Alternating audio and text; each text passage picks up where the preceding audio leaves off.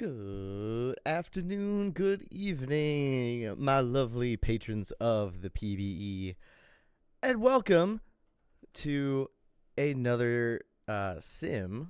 We have here week 2, day 3. It feels like it's been forever since I've been here on stream. I think it's been almost 3 weeks since the World Series, so it's been a while, but I am glad to be here with you folks, going through another round of the sim. So we got 9 days on the schedule here, but I am not alone in this booth.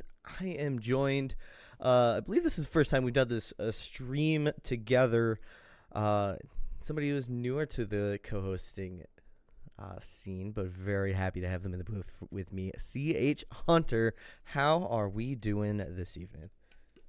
Yeah, doing well. I was able to start the week off streaming as a co-host with Jay, and looking forward to seeing how the chaos that was some of the games Tuesday continue into Thursday here. See, that's the thing. AJ kind of started the chaos mod, and it's like it's a virus. It just gets spread. Because I used to be a co-host and I did a lot of streams with AJ, so I think he gave me the chaos mod disease. So, if anybody watched the previous Majors World Series, you'll know the absolute craziness that went down on that. But hopefully, nothing too terrible today. But it is Thursday night baseball, and we have a packed schedule here. 5 streamed games on the docket, some minor league action on the books, and then finishing things off with primetime 3 and 4. That's what we'll finish things off with. But we are starting with a sim game today, as I'll bring up said sim. And we have the Toronto Pathfinders taking on the Vancouver Vandals.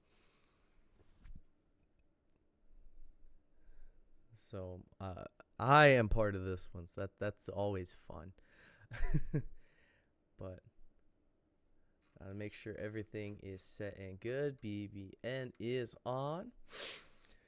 And we have quite a matchup here. Joe Random taking out Darren Clapp, dueling on the mound. Pretty even split here for the two teams.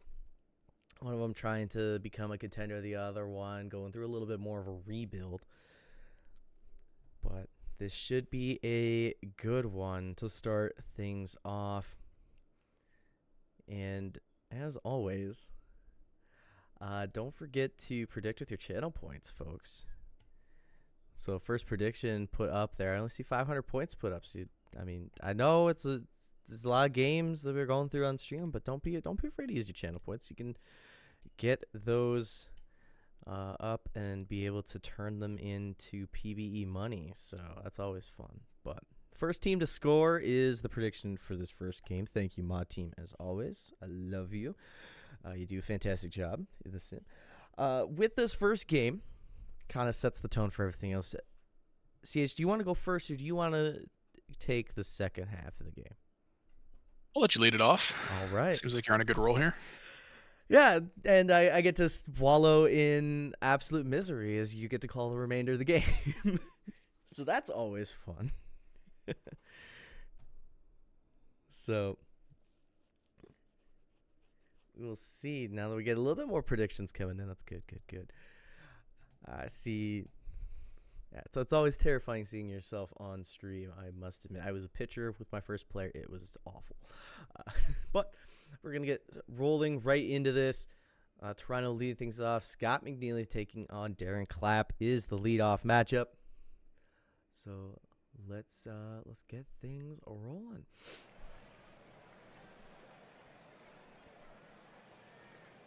All right, we are here in Vancouver. Oh, I forgot. I gotta turn BNN on. Last stream I did not have it. It just my settings got completely reset because I had to completely redo a bunch of stuff on my computer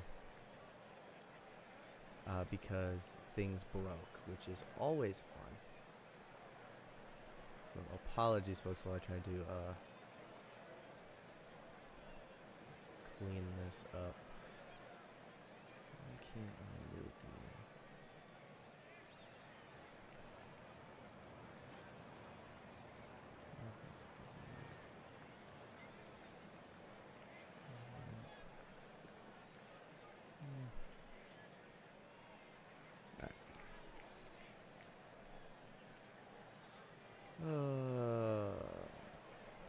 Shoot. Don't automatically set up my widgets. Let me move it. There we go. We got it figured out. It's been a minute. I don't play OTP for fun, so this is always great. But Scott McNeely leads things off with a single. Not a lot of stealing threats on Toronto. We'll see what happens. Grounder back to the pitcher. Oh, and it's going to turn to a toss back to the shortstop covering. Wraps him up, and a grounder to second is going to finish the top half of the inning. Dash J24, appreciate you throw the prime out here. I remember last time I streamed, somebody threw out a ton of gifts, so it's awesome. Loving it. A couple ground outs here to start things off. The home half of the first. A grounder up the middle to shortstop covering is going to be an out. So 1, 2, 3 go the Vandals to lead off the game. We're going to go top of the second. Peter Dawson the third is going to lead things off. It's a line shot to the shortstop. We're out number 1. This big swing and the miss from Ethan Shadow. There's out number 2. Maniolu. Big swing and a miss. Down they go in order, still facing the minimum. And we move Pierre Phillip leading things off for Vancouver. Grounder over to third. That'll be out number 1. McLovin Jr., first baseman, hard hit ball. That's going to go into the left center field gap. He's racing around, slides in safely with a double. And a grounder short, looks the runner back, tosses to first for out number 2. And gerrymander over the head of a leaping shortstop. They're not going to send McLovin Jr. around. This could be a big mistake. Don't want to make the last out at home plate, but a fly out into right field ends the good that was going for Vancouver. They come up scoreless. Some momentum shift here. Is potential. Reggie Crawford's going to go down swinging. Brings up Nico Hernandez. Big swing and a miss. Will be out number 2. Nolan Windsor Jr.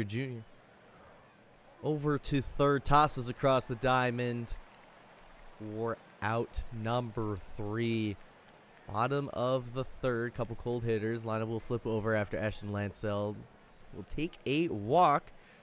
Getting on base, improving with the rookie head going. Brooks Walker is going to take a walk. So now we have runners on first and second. Nobody out for Enrique Von Cayente. Toss to second, to short, back to first. It's a double play. Cleans up the bases. Pop up into foul territory. Third baseman's going to race in to make that catch for out number 3. We are scoreless through 3.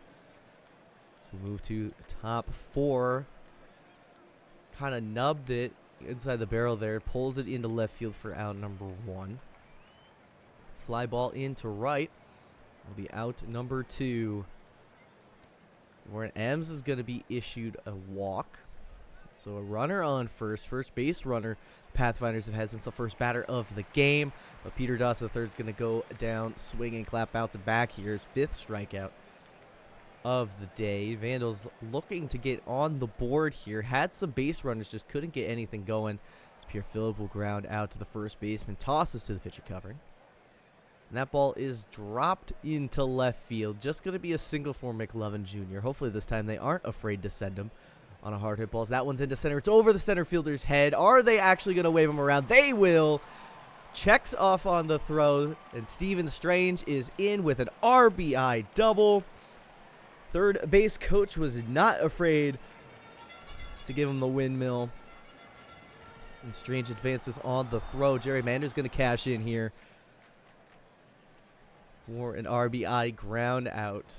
Great base running leading to that second run. Menji Brolina into center field. That will be caught for out number 3. But the Vandals strike first in this one. They're up 2-0. Top of the 5th. Shadow, Alou, and Crawford are due up for Toronto. Ethan Shadow deep into left field, but just at the wall. Looked like it had potential to go. Couldn't get it there. And Alou and Crawford both going to ground out to the second baseman. That'll conclude the top half of the 5th, and that'll conclude my time on this game. Siege Hunter, you can take it from here. Yeah, the bottom of the 5th here is Vancouver looks to extend their 2-0 lead. Lensdale's going to lead off with a strikeout, 1 down as the lineup flips over for Walker. You're going to take the pitch, ground ball to the second baseman, fielded cleanly out number 2. Van Caliente up next. Lines it up the middle for a 2-out single, trying to get a rally going for that 3 and 4 hole here as Burgers comes up.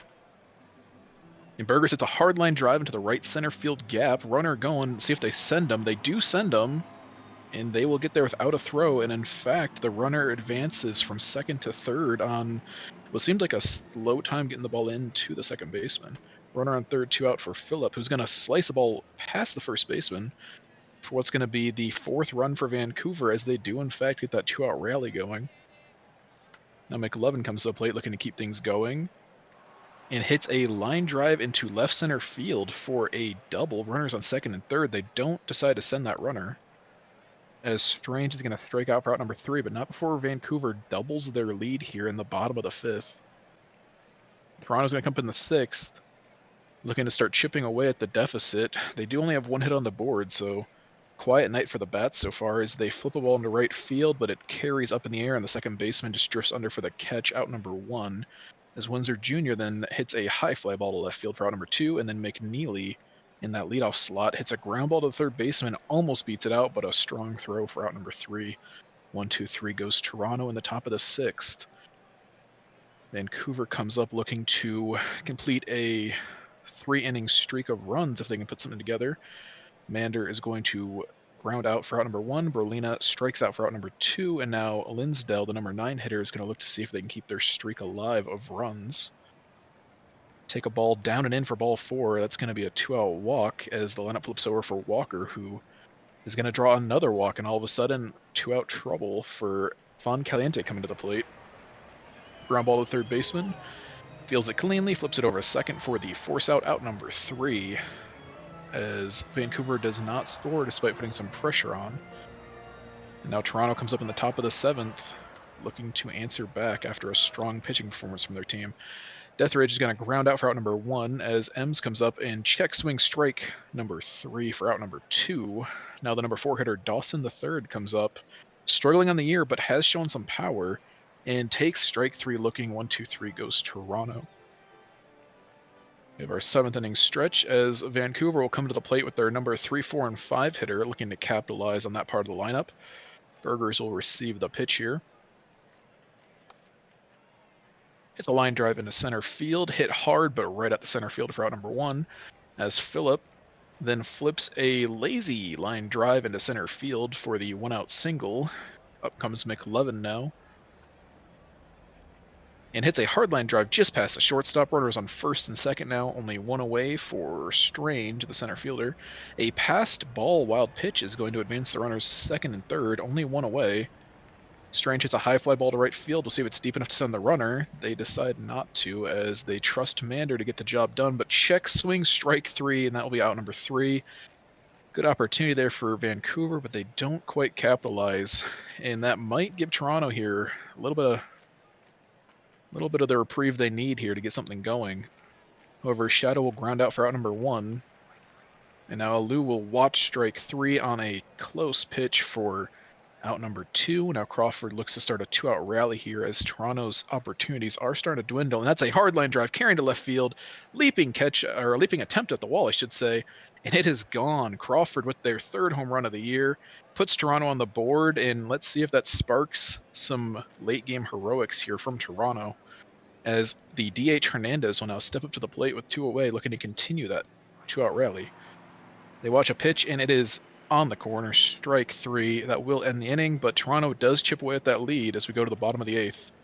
Vancouver's 8, 9, and then one hitters will take off the inning. Rolina receives the pitch, ground ball to the second baseman, and a kind of slow throw. Looks like he just kind of short-armed it. The runner was actually safe because of that. That is followed up by a strike three, swing and a miss on Linsdale for out number one. And then a strike three, swing and a miss for Walker. Now two away, runner on first for Von Caliente. Hits a high fly ball to center field. Center fielder drifts over, fields it cleanly. And despite potential little mistake there, they don't capitalize on it. And now Toronto is up with a chance to try to send this game to extra innings or win it. Or should take the lead. However, Windsor Jr. will get a leadoff walk, followed by McNeely getting a walk, and all of a sudden the tying run is at the plate as Deathridge looks to do some damage. Hits a line drive to the pitcher, out number one. And then Ems hits a ground ball to the first baseman, and it is hit just hard enough where it actually gives them time to turn to. They managed to get the tying run to the plate for the heart of their lineup, and the ball was hit hard, but unfortunately right at somebody. That'll end the inning and the game. Vancouver wins it 4-1. So we take a look here at the box score. Notable performances there from the middle of the lineup as Burgers and Phillip, your 3 and 4 hitters from Vancouver, both were able to get RBIs in. McLovin was able to put a 4-hit game together. And the home run this game came solely from Crawford. To recap your pitching performance, it was Clapp versus Random, with Clapp getting the win on 7 2/3 with only 1 hit given up. And your player of the game was Darren Clapp. I don't know if you have chat up or anything, but people are performing shenanigans. I was stifling laughter the entire time as Tita and uh, Joe were constantly claiming the points to dollars. It was quite hilarious. That sounds like trying to get our co-commissioner Mark Southworth to do some more work. Eden's recently joined the Flamingos, so I've gotten to see his shenanigans a little bit, and that sounds about right. So yeah, it's pretty accurate, very telling. All right, Surge versus the Voyagers. Surge are gonna keep surging along here, winning 5-2. Razzmatazz Buckshank gonna pick up 3 RBI. Looks like a 3-run homer in the first inning to give Buffalo the lead. They never looked back from there. Yeti Taz picks up a 2-for-3 performance with a run scored and also took a walk.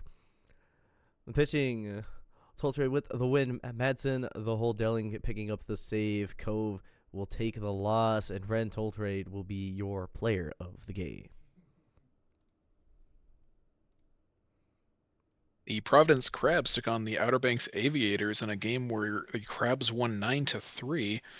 Offensively, some notable performances were Arya Harper, who were able to put up a 2 RBI game for the Outer Banks Aviators. And on Providence side of things, you saw the number 2 and 3 hitters, Allen and McKenzie respectively, both put up 3-hit 2 RBI games. This game featured home runs from Allen and Allen only. Your pitching performance was Cruiser versus Kelly, with Cruiser getting the win on 5 innings pitched, 3 earned runs, and a hold from Alessio. Your player of the game was Barry Allen. Extra innings game between the Raptors and the Sloths, but the visitors are going to take this one 7-6 in 13. 20 hits for Boise, only knocking 7 across. Left on base numbers, yep, they are exorbitant. 35 left on base from Boise, but they eke out the win. Top of their lineup, Johnston and Ziegler picking up 4 hits apiece, combining for 3 runs scored, 4 RBI.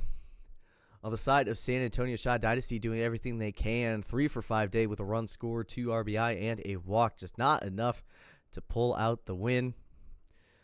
On the pitching, both starters getting roughed up a bit, giving up the 5 earned runs apiece. Picking up no decision. Williams Jr. takes the win in extras. 2.2 innings pitched. Just 2 base runners allowed. Rockman a blown save. Emma will take the loss, and Shane Ziegler be your player of the game. And also ties the Boise regular season extra inning game record for doubles with 3.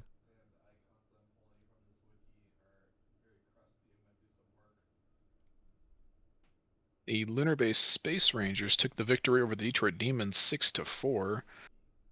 Notable offensive performances was Dollarson of the Detroit Demons going 2 hits, 3 RBIs on the day, with Rock Eater of the lunar base getting 3 hits and 4 RBIs. This game saw a home run from Rock Eater and Dollarson, respectively. And your pitching performance came down to Green versus Abernathy, with Green getting the win on 8 1/3 innings pitched, 4 earned runs. The save goes to Iceman, and your player of the game was Big Red Rock Eater.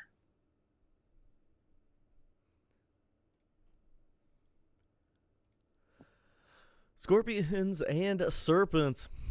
Death Valley is going to win this one 12-7, putting up big runs at the back half of the game to seal that victory. 6 runs in the final 3 frames. For Death Valley, 4 for 5 performance with 2 runs scored from Daniel Plainview.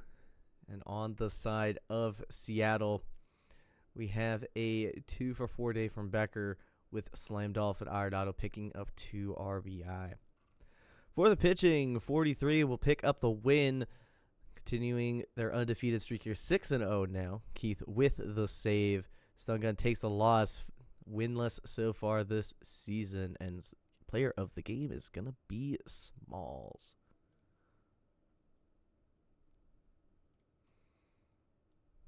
Cancun took on the New Orleans Rougarous and won the game 5-2. New Orleans offense was spearheaded by Bullworm, who had a 3-hit, 2 RBI game. Cancun's offense was led by McGillicuddy and Our Clear Not Cloudy, who both were able to put up 2 RBIs. Home runs this game came from Bullworm and Our Clear Not Cloudy. Your pitching matchup was Schlossberg versus Fielder, with Fielder getting the win on 7 innings pitched, 1 earned run. The save goes to Cotswold, and your player of the game is center fielder.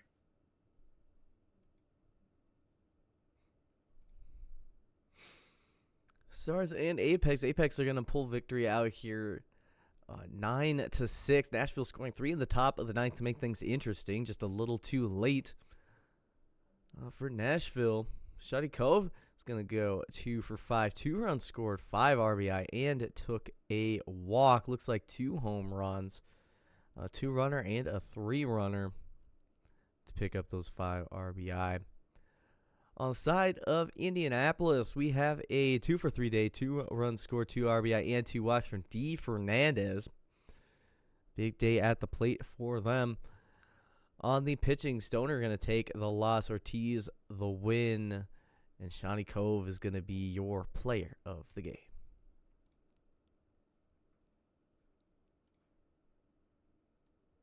The Anchorage Wheelers took on the Kansas City Hepcats and won the game 5-3 despite a 3-run 9th inning from the Hepcats. Kansas City's offense was led by a 3-hit game from Child, and Anchorage's offense was led by a 2-hit, 2 RBI game from Lamero. No home runs this game for either team, and your pitching matchup was Walk versus Adkins, with Walk getting the win on 8 innings pitched, 7 hits, but no earned runs, coming in clutch there, making sure those runs don't come across the board. Our Dick ended up getting the save, and your player of the game was Bobby Walk. Chicago Kingpins going to take down the Brew City Bears 8-3 the final. For Chicago, there is a 3 for 4 day with a run scored, 2 RBI, and a walk for Eric Rysant, the third catcher in the 2-hole. Then on the side of Brew City, Lara Krav, first baseman, goes 2 for 5, run scored, 2 RBI, trying everything they can to keep the team in the game. Looks like they hit their 10th home run of the season. For the pitching, Bottom picks up the win. Votto the save. Jod will take the loss. Aaron Rizan the third is going to be your player of the game. The California Firehawks beat the Puerto Rico Rana 6-2. Puerto Rico had a 3-hit game from Joey. California's offense was led by a number of actually multi-hit performances from the middle and bottom lineup, most notably Johnson III with a 3-hit, 2 RBI game, and Bonpensiero with a 2-hit, 2 RBI game. Home runs coming from Zach Johnson III. The pitching matchup this game was Chuck Nasty versus B Practice, with Nasty going 6 1/3, only 2 earned runs, and your player of the game was Zach Johnson III.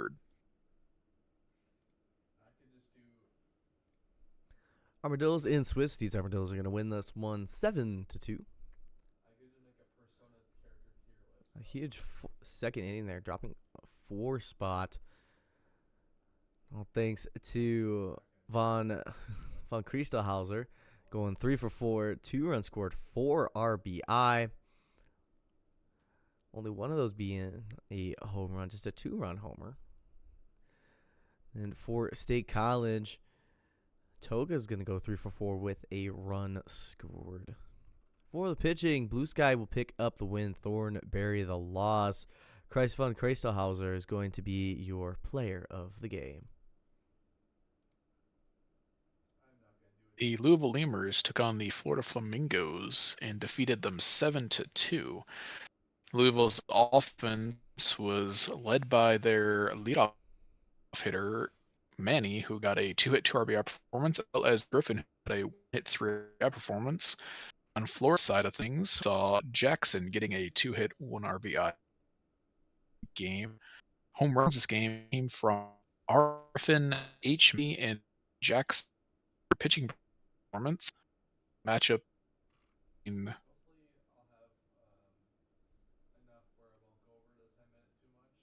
no S gets the on 7 1/3, 2 earned runs, and that performance earned him player of the game.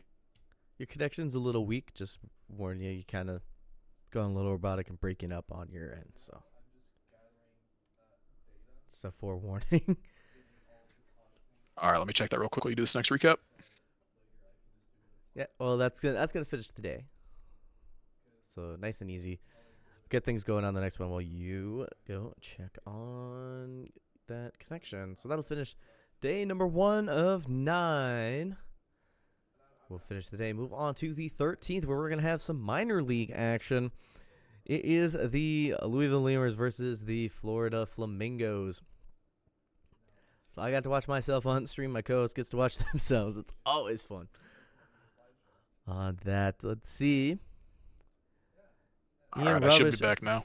Yeah, Ian Rubbish versus George Georges on the mound here. Last team to score, Louisville or Florida. That's always a fun one. And you get to start things off and wallow in anxiety as I get to finish the game while you're on stream. I have absolute faith in our bullpen. You sound and I very have no concerns whatsoever. confident on that. Our pitching staff has always been phenomenal while I've been here, so it's always been fun to watch. But it does look like Louisville has a very solid team this year, so looking for an exciting game. Yeah, it's always fun. Minor leagues are always a toss-up anyhow. So, stream game number 2 here. All right. Well, you get to lead us in here, Handy Manny, taking on George Georges.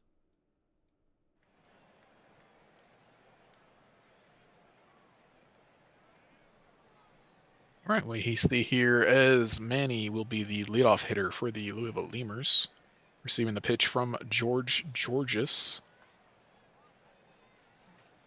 And the first swing of the game will be a fly out to left field for out number 1 as Moore Jr. steps to the plate, hits a hard line drive up the center field. Fielded one hop by the center fielder for a single, 1 down, 1 away for O. Richards, who hits a line drive fielded cleanly by the shortstop who was shifted over. And that's going to lead into Nerd hitting a 1-hopper fielded by the first baseman, steps on first for the 3rd out. Louisville does get on the hit column first, puts a little pressure on the Mingos pitching staff. Smirnoff will lead it off for the Mingos here in the 1st inning. They hit a ground ball up to the pitcher, thrown over to first cleanly for out number 1. Dinger will now step to the plate, hits a line drive carrying to left field, and that ball just never came down. It just slid its way straight into that outfield. For their 8th home run of the year, Dinger gets on the board, 1-0 Mingos, as Althouse will step to the plate now with 1 down, nobody on. Althouse will flip a lazy fly ball to right field for out number 2 as Summers steps to the plate. And strike 3. Down go the Mingos in the first. But not before they get the first run of the game. 1-0 here. As Louisville lead off the second with their number 5 hitter, Dinker. Dinker will hit a fly ball to center field. Center fielder takes a few steps over, fields it cleanly for out number 1. Up next comes Griffin, who hits a soft line drive into center field for a single as Kwanzaa now comes up with a runner on first. Hits a hard line drive to right center field gap. Fielded very quickly by the center fielder, however, gets it in, manages to keep the damage to a single. Runners on first and second, 1 out for Sugisawa, who goes down looking on a close pitch on that corner. That'll be out number 2 as Wallach comes up and gets beamed. That'll load the bases for the top of the lineup. Mingo's in some early trouble here as Manny steps to the plate. Line drive up the middle. That'll be a 1 RBI single. They do hold the runner at third instead of testing the arm of the center fielder. However, that's going to bring Moore up, one of the better hitters on the Lemurs. Hits a high fly ball center field. Center fielder glides over, fields it cleanly. Manages to get out of the inning, only giving up 1 run. Could have been a lot worse, but we now have a tied game with a lot of early action as Florida comes to the plate here in the bottom of the second. As Chase Hunter strikes out for out number 1, followed up by the designated hitter Jackson, who will look to get something going with 1 down. They take a pitch on the inside corner, but it is a ball. That'll put a runner on first, 1 away for Hawkins. Hits a ground ball to third baseman, thrown over to second, then over to first. That'll be a double play. So 1, 2, 3 go the Mingos in the second. Now Louisville looks to see if they can continue the momentum from last inning and take the lead as O. Richards leads us off with an opposite field single. Runner on first, no one away for Nerd. Hits a ground ball to second baseman, throws it over to the shortstop, then throws it over to first. That is a double play, followed by Dinker, who hits a little pop-up into shallow center field. And similarly, Louisville goes 1, 2, 3 in an extended circumstance. And we will now go to the bottom of the third as Bill leads us off with a ground out to the second baseman, 1 away, as McLeod then hits a hardline drive into right field. That'll be a single. McLeod is one of the base stealing threats for the Mingos, but will be thrown out stealing just as quickly as I brought it up. That is 2 down for the leadoff hitter now as Smirnoff comes up and flies out to right field. And once again, in a odd circumstance, the Mingos go down 1, 2, 3. Now Louisville will come up as Griffin takes the plate, goes down swinging for strike 3 in the first out. Kwanzaa will follow that up with a hard line drive down the right field line, 1 hopper to the right fielder. Manages to contain that to a single. Runner on first, 1 down for Sugisawa, who's going to go down swinging for out number 2. Now the number 9 hitter Wallach will look to get a 2-out rally going. Hits a hardline drive past the diving second baseman. That'll put runners on first and third. If he got in time, it looks like he did. Yes. And then Manny, the leadoff hitter, will come up with runners at the corners, 2 away, and goes down on strikes. Yeah, and the Lemurs have had a lot of excitement here in the first 3 innings. Florida almost feels a little lucky to be tied at the moment, so see if that continues as Dinger leads it off for the Mingos with a ground out to the shortstop. Althouse then takes strike 3 for out number 2. Now the number 4 hitter Summers will come to the plate and look to get a 2-out rally going. Strike 3, down goes Summers. 1, 2, 3 go the Mingos. As Louisville will now come up in the top of the 5th, looking to capitalize on the offensive momentum they have despite the even score. Moore will hit a fly ball into shallow center field, fielded cleanly by the center fielder. O. Richards will follow that up here with a lazy fly ball to right field. Right fielder tracks it down, fields it cleanly for out number 2, and then Nerd will hit a fly ball to basically the same spot that Moore did for out number 3. 1, 2, 3 go the Lemurs, and I pass the game off to you, Moosey. All right, bottom of the 5th, tied at 1. Chase Hunter leading things off here, getting ground out to the second baseman. Brings up Dexter Jackson. Jackson hits one to the first baseman, tosses to the pitcher covering for out number 2. Oh, rain delay. That's always funny. Jim Hawkins is going to ground out to the first baseman. I love the look of the rain delay. It's just, it's raining.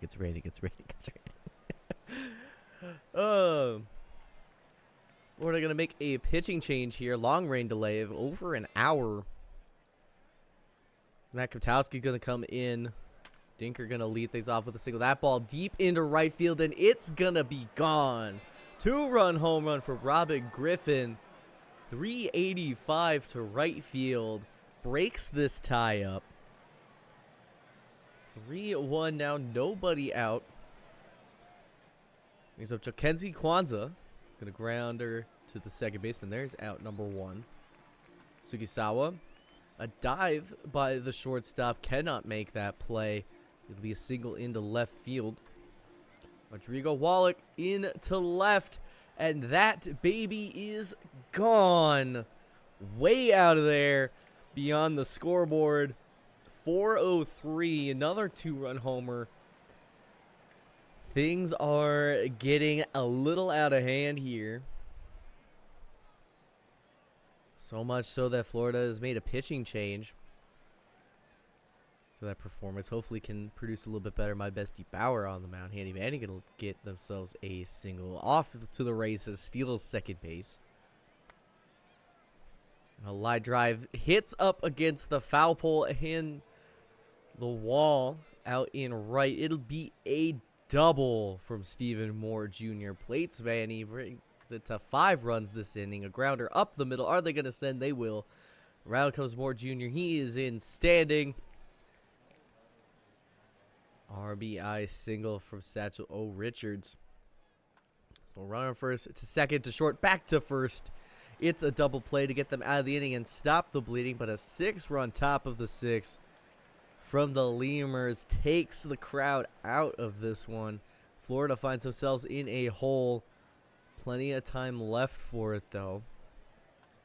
As Bill is going to ground out to second baseman. Stephen McLeod off to the races. Slides in safely with a double. Runner in scoring position for Knopf. Past a first baseman's legs. He's moving. Changes places with his teammate. RBI double gets Florida back with an answer. There's 1 run back. Ryan Dinger. Line drive to center field. No chance at a tag up. It's Althouse, a grounder to short. Good throw to first. Will end the inning. Florida does plate 1. They are still in a bit of a pit here. 7-2 going to the top of the 7th. Jesse Dinker leading things off. Checks the swing. Did not go. Will be issued a walk. Takes their place on first. Robin Griffin. Rounder to third. Over to the second baseman. Covering back to first. It's a double play. Little blooper into right field. Just inside the line over the second baseman's head. Kwanzaa's now on first. He's thinking about running, but a line drive and a great leaping catch by the shortstop. It's going to preserve the game stay here. Summers will ground out to the first baseman. Hunter over to short, deep in the hole. Makes a great throw for out number 2. Dexter Jackson, dribbler in front of the pitcher. Corrals it, tosses to first. 1, 2, 3 to go. The Flamingos here in the bottom of the 7th. Top of the 8th we go. Wallach, Manny, and Moore Jr. due up here for Louisville. Ground ball to second. There's out number 1. Manny to center. There's out number 2. Moore Jr. Fly ball, center field. That'll be out number 3. So a bounce back pitching performance here from the Florida bullpen. Keeps them within this game. Bottom of the 8th. They need some runs, and they need them fast. As Jim Hawkins down the line. Takes the turn at first. Slides in safely with a leadoff double. That is what they need. Getting the pitcher out of the game. Dylan Latzik in RBI ground out. Oh, sorry, there's the RBI ground out. The first ground out was the productive. How move the runner to third. Pays off. Ends up being an infield single from McLeod. Knopf up the middle. That's going to drop into center field. Thought about making the way to third. Decided against it. Dinger going to watch strike 3 go by. 2 outs. Runners on first and second. Althouse. Hard hit ball. Center field. But not enough wood on that ball. It'll be a fly out. Florida does tack on one more. Lead for Louisville is shrunk down to 4 as we go top of the ninth. Satchel O. Richards up versus extremely confident. Hopefully that confidence does not waver here and keeps Florida in the game. So Richards will hit a single grounder. Short's going to move the runner over to second. Strikeout from Dinker. They'll bring up Griffin. Griffin, a hard hit ground ball to the third baseman. Tosses across to get the third out. Bottom of the ninth. Florida needs 4 to tie, 5 to win. Tough call. See who answers. Summers with a ground out. Hunter going to get a single into left. Now on first, Jackson. Second baseman tosses to short. Just going to get the force out. Staying alive is Florida. All up to Jim Hawkins. Hawkins tosses short. We'll get the short way to second baseman covering to end the game. 7-3, your final. As the visitors will take the final game of the series. 16 hits for the Lemurs. Bunch of multi-hit days, but Robin Griffin 2 for 5, 2 runs scored, 2 RBIs. Had a huge 2-run homer. Ended up being the game-winning run. Over for Florida, McLeod in the 9 spot has a 3 for 3 day with a run scored and an RBI. Picked up their second double of the season. For pitching, Rubbish takes the win. Kotowski with the loss. Ian Rubbish will be your player of the game.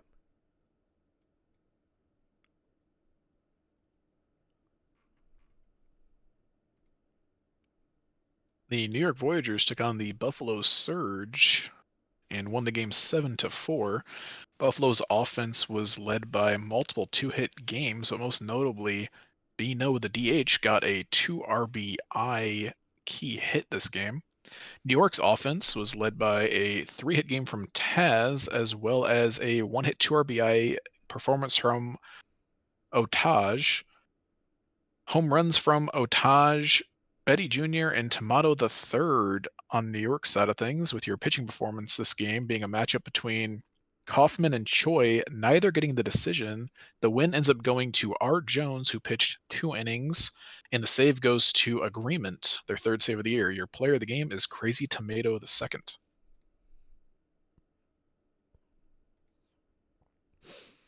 Aviators and Crabs. Crabs going to hold on to this one. 9-7. 3 runs scored in the top of the ninth by the Aviators. Just not enough to finish it off. For Outer Banks, McDaniel goes 4 for 5. 2 runs scored, 2 RBI. And for Providence, we have a 3 for 4 day. 2 runs scored from Cod Ruru. For the pitching, Jones takes the loss. Bonzo the win. DePotson picks up the whole. Shrimp McDaniel is going to be your player of the game. The San Antonio Sloths win a pitching duel against the Boise Raptors 1-0. The lone run of the game came from what looks to be a sacrifice hit from Brown, the leadoff hitter.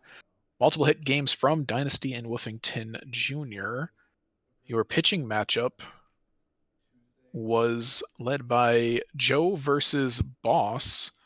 Joe gets the loss despite only giving up 1 run on 7 innings pitched. The win goes to the relief pitcher Khan, who came in and pitched 2 1/3.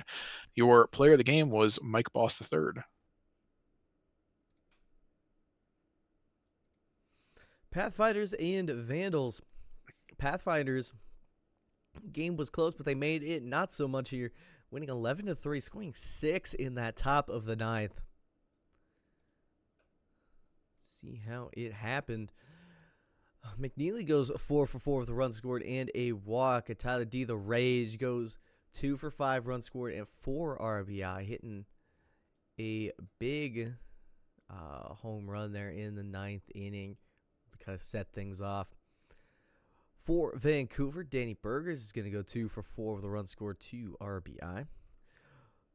For the pitching, Benico with the win. McIntosh, the hole. Tatum will take the loss. And Manny Alou is going to be your player of the game. The Seattle Sea Serpents take a game off the Death Valley Scorpions in a 13-8 matchup. Death Valley's offense was led by multi-hit performances from their number 2 through 5 hitter, with notable outcomes from Giannulis, who got a 3-hit game, as well as Reeves and Smalls, who had 2-hit 2 RBI games. On Seattle's side of things, you had a 3-hit game from Doug and Arenado, as well as Becker, with a 6 RBI game coming from their number 3 hitter Wellerman. We had home runs this game coming from Lamborghini, Reeves, Giannulis, and Wellerman as well.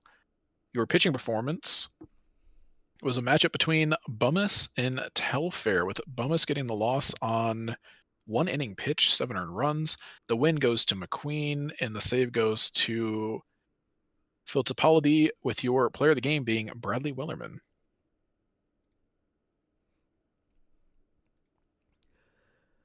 Demons and Space Rangers. Detroit going to win this one 5-4. Taking the lead late in this one. 5 runs on 6 hits. They made it work. Biff Slamis going 2 for 4 with a run score, 2 RBI. On the side of Lunar Base, Scotty Sterling goes 4 for 5, 2 runs scored, and an RBI. 4 out of the team's 11 hits on the day. Otani picks up the win. Nudes the hold. Belfour the save. Polis will take the loss. Scotty Sterling is going to be your player of the game. The New Orleans Rougarous took on the Cancun Toros and won a game 2-1. New Orleans' offense was led by a 2-hit 1 RBI performance from Steelflex, with Cancun's offense being led by a 1-hit 1 RBI game from McGillicuddy.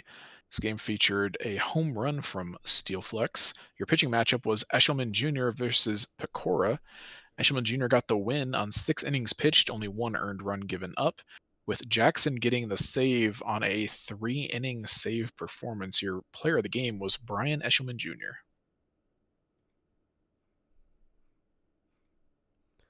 Stars and Apex Stars are going to win this one 4-1.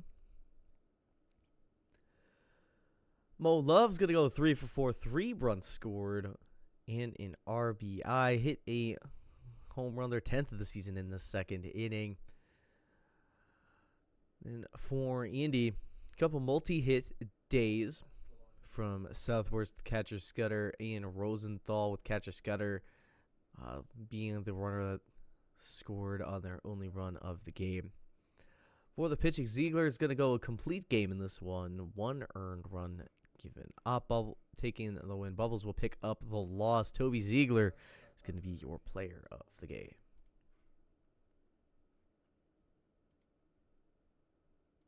California Firehawks took down the Puerto Rico Ranos in a 1-0 game. Puerto Rico's offense saw 2 hits from Cunningham, with California's offense being led by a 2-hit 1 RBI performance from Johnson III, the only run of this game coming from a Johnson home run. Your pitching matchup was Pitch Lord versus Francois Jacques Jen, with Pitch Lord going 7 innings pitched, 3 hits, no earned runs, and Summers getting the 2-inning save. Your player of the game was LaShawn Maximus Barbandelania, Pitch Lord. Guys are throwing a lot of names at me this game. Usually don't get tripped up that badly. Wow. There's some creative names in this league. There is. I appreciate the effort people go through. Armadillos and Swiss Steeds. State College gonna win this one 5-3. Big day at the plate for Hughes. Goes 3 for 4. 2 RBIs coming off the bat of Commander War Smoke. Then on the side of State College, 2 for 3 day, 2 runs scored, 2 RBI, and a walk from Toga. For the pitching, Smith takes the loss. Blunt 3-4-5 with the win. Mantix taking the save. Himiko Toga will be your player of the game.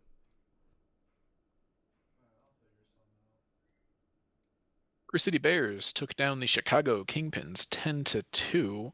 Chicago's offense saw RBIs coming from Marcus as well as the number 9 hitter Tejada, who had a 2-hit performance.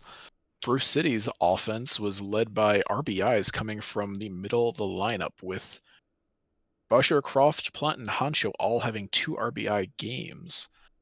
We saw home runs this game from Booker, and your pitching matchup came down to Alvarez versus Wiggins. Wiggins got the loss. Alvarez, no decision. The win goes to Fordham, who came in relief and pitched 4 innings of no-hit ball. Your player of the game was AJ Booker. It's Boucher. Boucher, thank you. I was gonna let you struggle for a little bit. Yeah, I kept going Beforehand. back and forth on them. If it was Boucher, Booker, Boucher. So Yeah. I appreciate that one. Appreciate the assist. Yeah, there's some wacky names. Yeah. Those darn francophones. Hepcats gonna win this one over the Whalers 7-1, despite being out hit, making it count. This one for Kansas City. Warwick is gonna go 2 for 4, 2 runs scored, 3 RBI. Then outside of Anchorage, only run comes off the bat of Zen Bobrist, solo home run in that first inning. Just couldn't make anything else work for the offense. For the pitching, Dial the second's going to take a no decision with O'Reilly picking up the win. McGoatface takes the loss, and Carson Warwick is going to be your player of the game. All right, that'll do it for day number 2. Move into the next day. Hey, look, there's no game. So easy. Love it. So we get into our third stream game. Another minor league matchup. Anchorage Whalers versus the Brew City Bears. Prediction coming in. Which starting pitcher has a higher game score? Anchorage, Brew City, or it is tied. Very bold putting 10K down on tied, but it is possible. I don't think I recall ever seeing it, but if that hits, it hits. All right. This matchup will see Warren Peace versus Fletcher Jones on the mound. Pretty even spread. 4 ties, 3 matchups going on the way of Bruce City, 3 going on the way of Anchorage. It's quite possibly about the most even matchup you can get. So it really comes down to who can perform. Brand new series here for them. Looking to get things going. A divisional matchup. And we shall get this one rolling. I get to lead this game off. We have Jessica Como taking on Fletcher Jones to start off our third stream game of this sim day.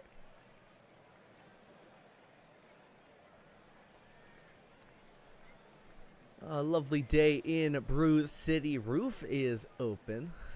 And Como's going to lead things off against Fletcher Jones. First pitch swinging. The fly ball into center field. There is out number 1. Romero the second. He's going to drop a single into right. So there's the first base runner of the game very quickly. Zed Bobrist drops a single into left field. No additional advancement. First and second. 1 out for Webb. Austin Webb checks the swing. Did not go around. Bases are loaded for pass. Pass into left field. Splits the defenders. The arm is waving. Sliding in safely is Bobrist. Anchorage up quickly 2-0 here. First and second. 1 out. And Backel going to ground out. First baseman tosses to the shortstop covering. Just going to get the force out. As that ball is hit really hard into right field. Demolished by Hogfeather Jones. 379 to right field. 3-run homer. Makes things a little bit lopsided here early. 5 runs put up. And finally getting out of the inning is Jones. Tough go of it. Over 30 pitches already. Gets lay on the strikeout. Bruce City already in a hole. Need to get an answer here. Tankmato is going to get one into the wall in left center field. There's a leadoff double. Eschenbaugh. Grounder to short. Tosses across. The runner does advance to third. So runner on third. One out for Boucher. Pop up to second. Going to track back. No shenanigans on that one. But a single up the middle from Lara Croft is going to plate the runner. Getting Brew City on the board. Cliff Plant is going to grounder to second. Has to do a quick flip throw to first to get the out. 5-1 after one. Top of the second. Cash considerations leads things off for Anchorage with a single. Bring up Como. Going to take a walk. Jones having a bit of a struggle today. Immediately gets taken out. That was kind of the last straw from the skipper. But a weak pop-up dribbler line drive for Lomero is going to make the bases loaded. Nobody outs. Grounder to third. Over to the second baseman covering. They're only going to be able to get the force out at second. Run does come across. First and second. Now bases get reloaded here. As a walk is issued to Webb. That brings up pass. Pop up into foul territory. That'll be caught for out number 2. A grounder to short. Races to the bag to get that third out. The damage was limited. Bruce City still finds himself down 5 after getting out of the top of the second. Honcho is going to go down swinging.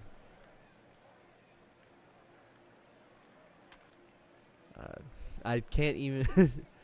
Cheeto is going to ground out, and McThick goes down swinging.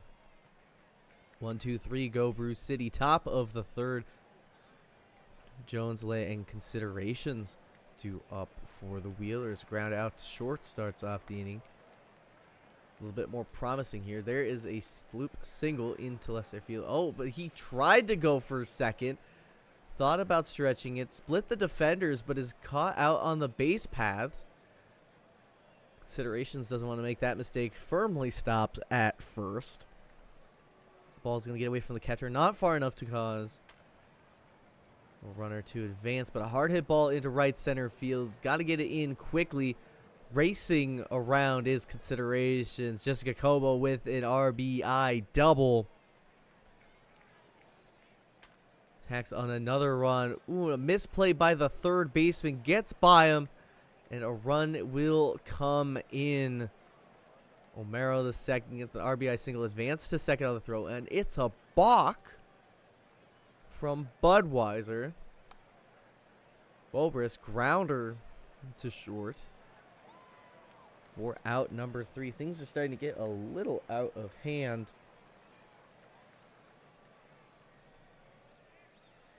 For the Bruce City pitching staff, they need to get some offense going. Starting things off here, the line out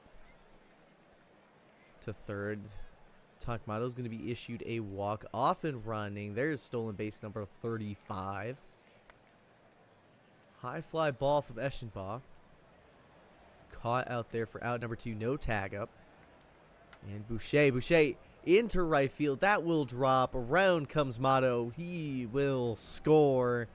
Bruce City gets another run on the board. Need a few more of those. There's a single from Croft.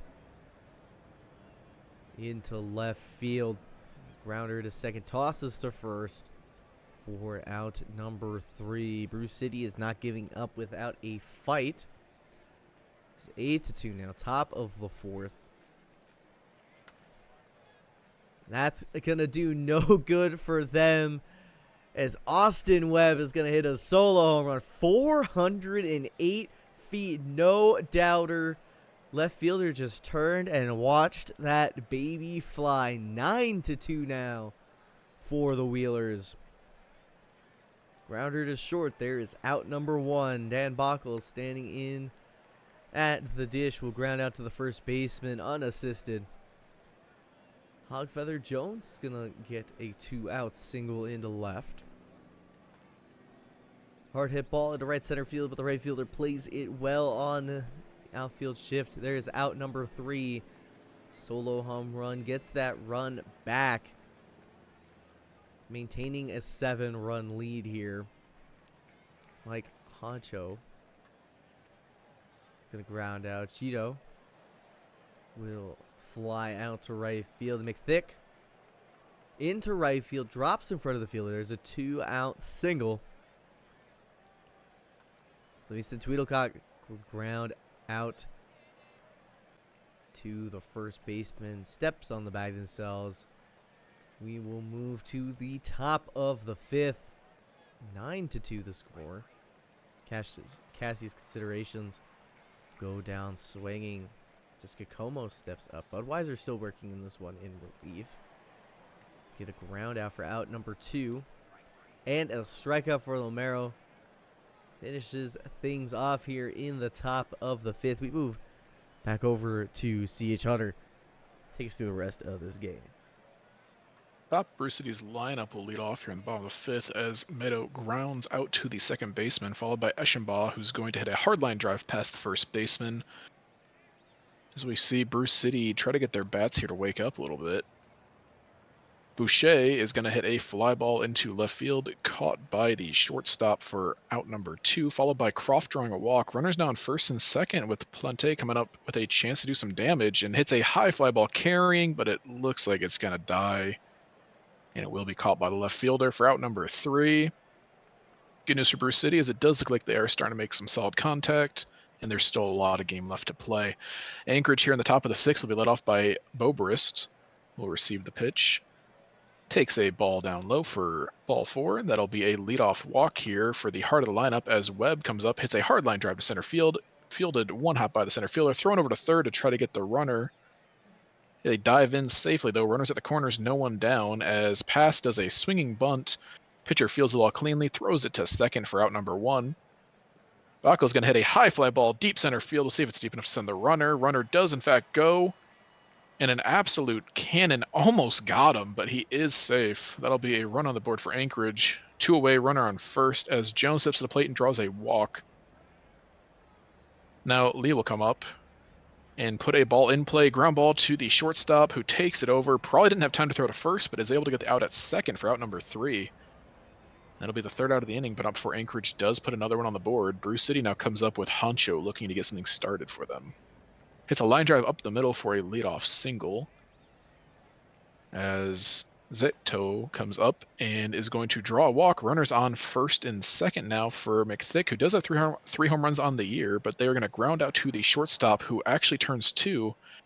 That is now 2 away as Tweedlecock comes to the plate. With a runner on third and strike 3, down goes the Bruce City Bears, as they did have something brewing there, but couldn't quite capitalize. We will now go to the top of the 7th here as Cash's considerations will start things off for the Wheelers with a leadoff single as the lineup flips over. Leadoff hitter will receive the pitch here now. Ground ball to the third baseman, throws it over to second. They do not throw it to first, however, only 1 out on the play as Lamiro is going to hit a fly out to center field for out number 2, and now Bobrist is going to watch the pitch go by as the runner does steal second. Runner on second, 2 away now for Bobrist, who's going to draw the walk. That'll put their number 4 Webb up to the plate with runners on first and second. Takes a big hack at the pitch, but goes down, strike 3, and that will be the 3rd out of the inning. As we go to the 7th inning stretch with the Bears having their leadoff hitter in the top of the lineup up, looking to strike back. Mato hits a ground ball to third baseman, tries beating it out, but a strong throw does get him for out number 1, as Eschenbaugh then hits a ground ball past the first baseman for a 1-out single.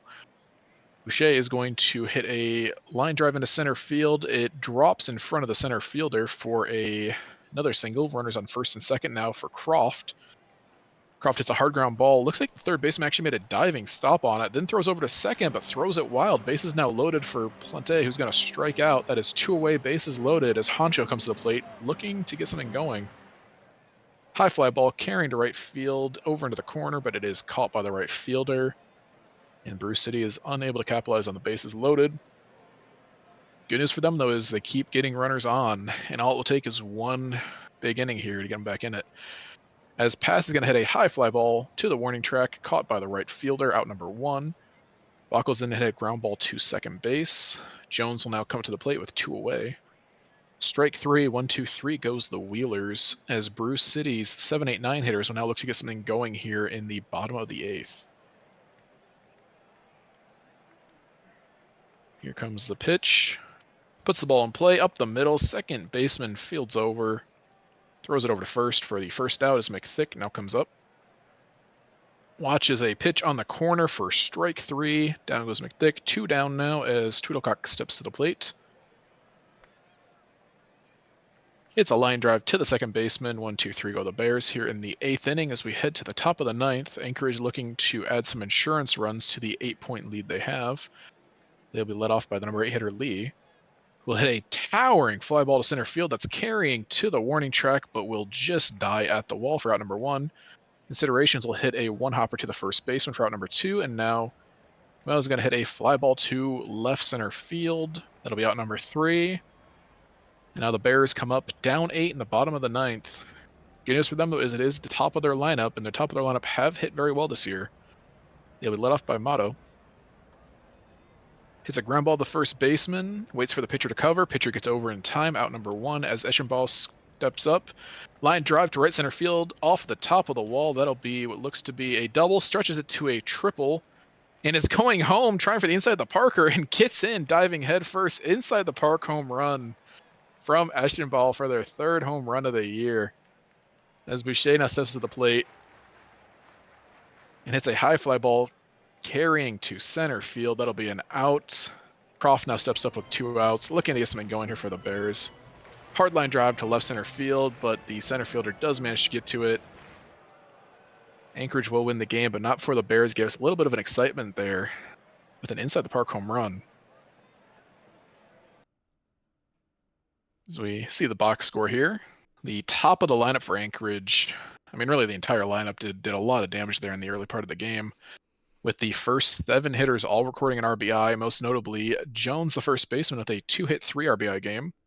On Bruce City's side of things, you had Eschenball with a 3-hit game. Boucher and Croft both tallying 2 hits.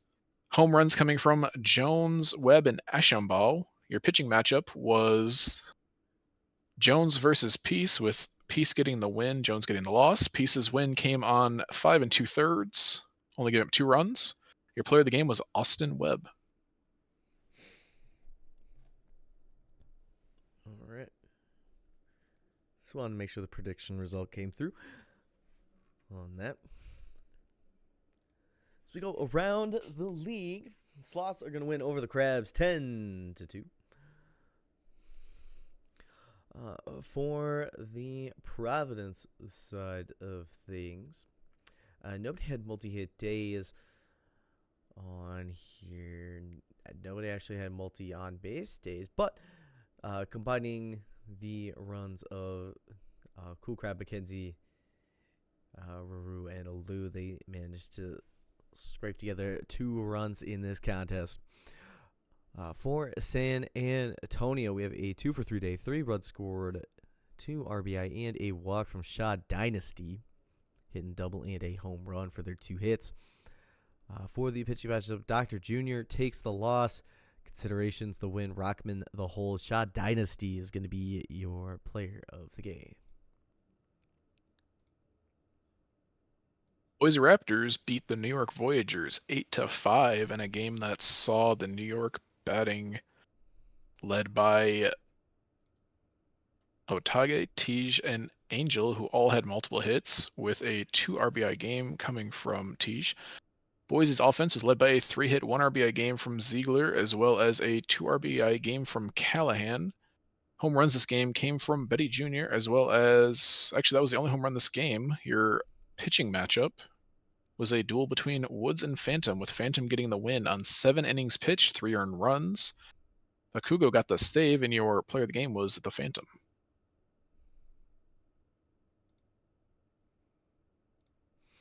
Surgeon Pathfinders. Surge are going to win this one 6-4. For Buffalo, Dimpley Splorger is going to go 4 for 5, 1 run scored, 5 RBI. Their only run that they scored off of was a solo home run in the ninth inning. Otherwise, they're a team player knocking other runners in with balls at play. For the side of Toronto, Hernandez in the 8th spot. It's going to go 3 for 4, 2 runs scored, and an RBI. For the pitching, Irons with the win. Matz in the hole. Delling with the save. A ball takes the loss, and Dimpley Splorger is going to be your player of the game. Vancouver Vandals took down the Outer Banks Aviators 9-8 in an extra inning thriller that had a lot of back and forth action.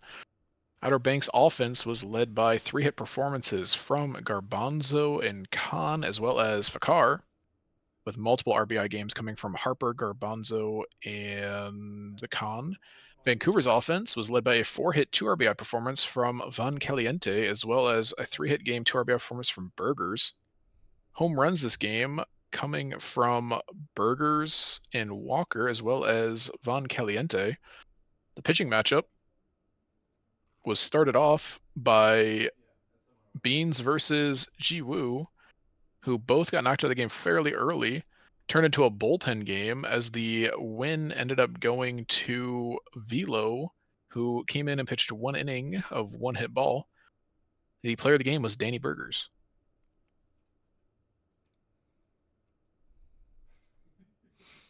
Stars and Rougarou are going to win 10-5. Top hitter for Nashville is going to be Shotty Cove, going 3 for 4, 2 runs scored, 4 RBI, and a walk, hitting 2 homers in this game.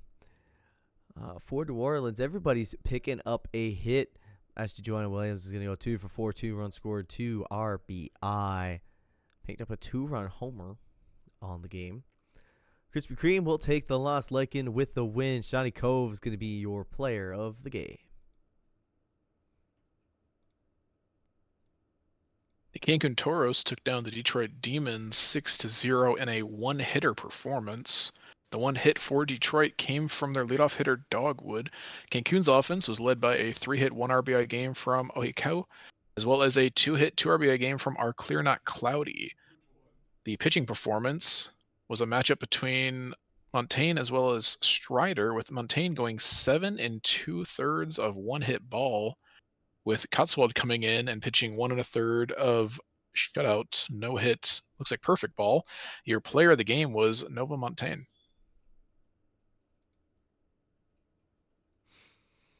Long extra innings game alert. The Seattle Sea Serpents are going to pick up their 10th win in walk-off fashion. Looks like it was a walk-off walk in the 15th inning, beating the Lunar Base Space Rangers 8-7. For Lunar Base, 4-hit day for Sting Euclid, picking up 2 runs scored, 2 RBI. And a 3 for 7 performance with a run scored, 3 RBI from Poe. For Seattle, Arenado's going to go 3 for 6, 2 runs scored, and 2 RBI. Slam Dolph drawing 3 walks, including the game winner in the 15th inning. For the pitching, Abaduck gets pulled a little early in the bullpen, keeps things in check. Heyman with a blown save. Gosman ends up taking the loss in this one. Phil Tapaldi with the win. Ozzy Boudreau is going to be your player of the game. Indianapolis Apex win against the Death Valley Scorpions 7-3. Indianapolis offense saw multiple hits coming from Enderman, Southworth, as well as Godney and Thompson, with a 2 RBI performance coming from Southworth as well as Gagney. Death Valley's offense was led by a 2-hit, 1 RBI game from Plainview.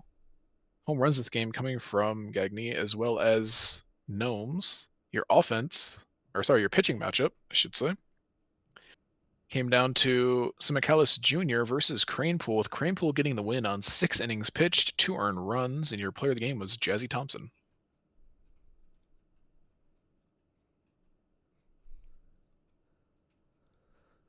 Flamingos and Kingpins. Kingpins are going to win this one 5-3. 4 runs at the bottom of the 6th inning, the difference maker here.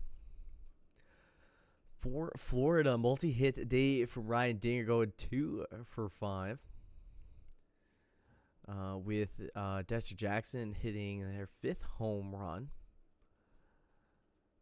On the side of Chicago, Decanter going to go 3 for 4 with a run scored, 2 RBI. For the pitching, Kirkpatrick takes the loss. Votto with the win. Arendes Haddock the third takes the save. Chad Innings Eater is going to be your player of the game.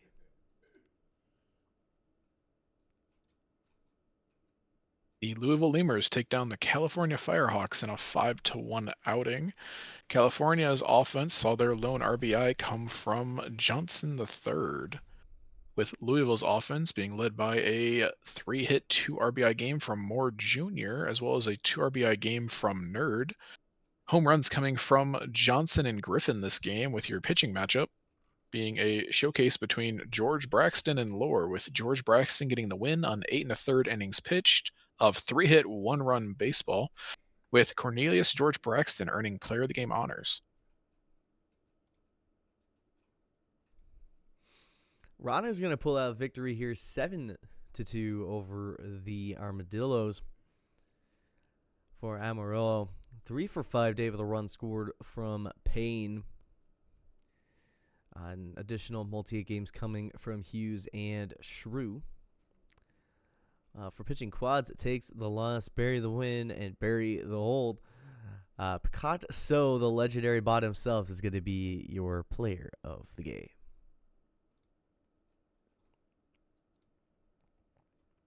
State College Swift Steeds beat the Kansas City Hepcats 9-3 in an extra inning game, with a big 6-run 13th inning coming from the Swift Steeds. State College's offense saw big performances across the board, most notably from McKinley, who got a 3-hit, 4 RBI game, as well as Mizushima, who got a 2-hit, 2 RBI game. Kansas's offense answered back with performances from Levinsky, who had 2 hits, 1 RBI, as well as Warwick, who had 2 hits, 2 RBIs. Home runs this game came from Mizushima, McKinley, as well as Warwick, with your pitching matchup being a showcase between Belong With Me and Smidius, neither getting the decision. Your decision comes down to T2 on 3 2/3 innings pitched in extras, earning the win. Your player of the game was Edward McKinley. All right. That'll do it for that sim day. We move on to the next one. We have 2 quick sim days in a row. I should say 3, but one of them is a travel day, so it doesn't really count. But let us run through those. We're going to play all the games today. Aviators are going to win over the Vandals 10-6. 4 for 5 day, 1 run scored, 2 RBIs from Strip McDaniel. Katakan behind him, backing him up. 2 for 5, 2 runs scored, 3 RBI. On the side of Vancouver, Pierre Phillips going to go 4 for 5, 2 runs scored, 2 RBI. Hitting 2 home runs on the day. With the pitching, Schramm with the win. Bernard the loss. Porter picks up the hole. Abassi with the save. Pierre Phillips is going to be your player of the game. New York Voyagers took on the Boise Raptors and won the game 7-3. New York's offense featured a 3-hit performance from Angel, as well as a 2-hit, 3 RBI performance from Betty Jr. Boise's offense answered back with a 2-hit, 1 RBI game from Ziegler, as well as a 2-hit, 2 RBI game from Hopkins. Home runs this game came from C. Biddy Jr. as well as Jay Hopkins, with your pitching matchup being Namanon versus Jay Pate V2, with Pate getting the win on 5 1/3 innings pitched, only 2 earned runs. Moose Jr. gets their first save of the year, and your player of the game is Carl Petey Jr.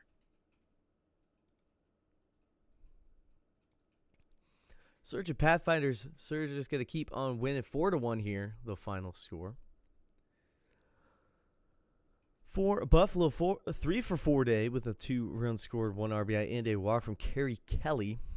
And then on the Toronto side, only run scored coming off the bat of Reggie Crawford, picking up their 4th home run of the season. Whiskey with the win, Whittlito with the save. Miller takes the loss, and Rock Out Whiskey is going to be your player of the game.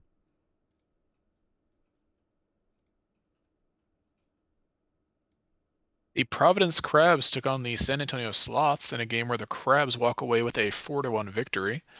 Providence's offense showed a multiple hit game from Alou, with RBIs spread across Allen, Fern, and Raru. San Antonio answered back with a a 2-hit game from Brown, as well as a 2-hit 1 RBI game from Dynasty. Home run this game, the sole home run this game, I should say, came from B. Allen. Your pitching matchup was James versus Aria, with Aria getting the loss, James getting the win. James's win came on 5 innings pitched, only 1 earned run. Save goes to Negs, their 2nd of the season, with Laharm James getting your player of the game.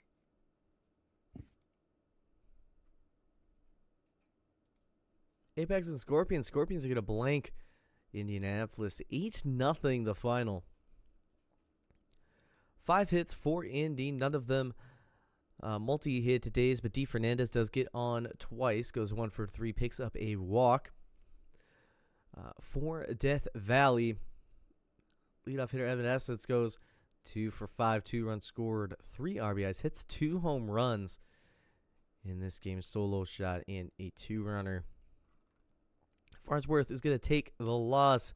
Billy the Kid with the win. Just couldn't let him go for the complete game as Keith comes in 2 pitches to get 1 out. Billy the Kid's going to be your player of the game. Nashville Stars took through in a back-and-forth matchup that saw the Stars winning 7-5 off of a 4-run 8th inning. Nashville's offense saw a 2-hit game from Sakudo, Andrews Jr., as well as Bailey III and Judge, with multiple RBIs coming from Mom Spooner. New Orleans offense saw a 2-hit 1 RBI game from Bullworm, as well as a 1-hit 3 RBI game from Steelflex. Home runs this game were featured by Mom Spooner on the side of Nashville, as well as Steelflex on the side of New Orleans. The pitching matchup was a showcase between McForty-3 versus Mulder, with neither getting a decision despite fairly solid outings.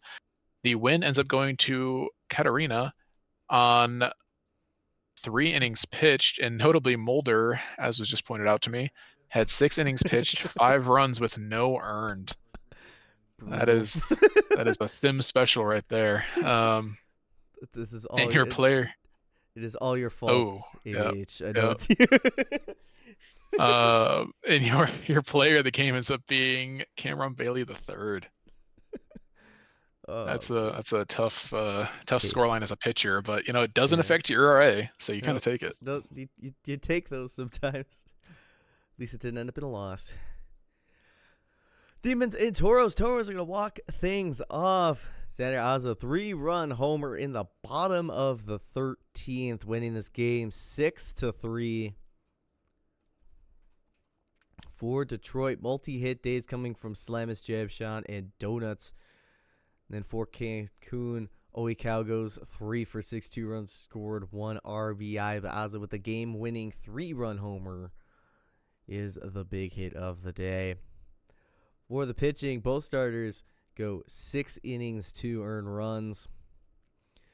Bullpens lock things up for a while. Nudes ends up taking the loss. Cowgill picks up the win. JC Swishman, starter for Cancun, is going to be your player of the game.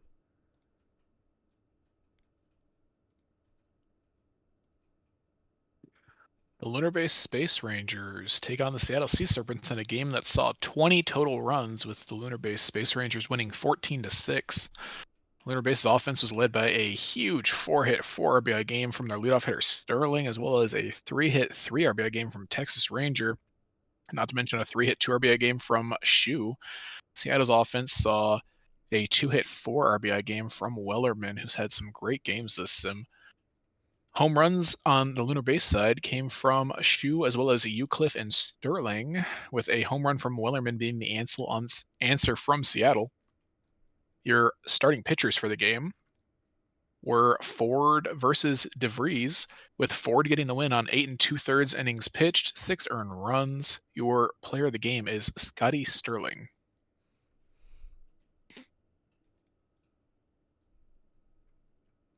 For the minor league matchups for the day, Kansas City is going to pick up victory over State College 5-2. On the side of State College, multi-hit days from Healer and Ballion, with the only RBI being given to Rishikesh, hitting their 5th home run of the season. For Kansas City, Quincy's going to go 2 for 4, 2 runs scored, 2 RBI, hitting a 2-run homer in the 7th. On the pitching, Infinity with the loss. Rocker takes the no decision. O'Reilly picks up the win in relief. Robin Quincy is going to be your player of the game.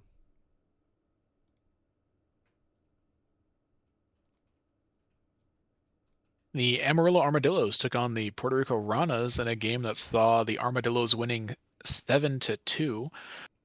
Amarillo's offense was led by multiple hit games from 4 different hitters: Hughes, Warsmoke, Shimmy, and Shrew, with Warsmoke notably getting 3 RBIs, as well as Payne getting a 1-hit 3 RBI game. Puerto Rico's answer primarily came from a 1-hit 2 RBI game from Stop.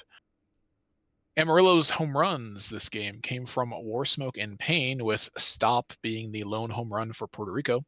Your starting pitching matchup was Takahashi versus Yoj, with Takahashi getting the win on 6 1/3 innings pitched, no earned runs.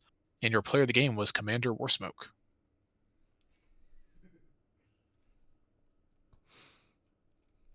Flamingos and Kingpins. Kingpins are going to blank the Flamingos 3-0 the final.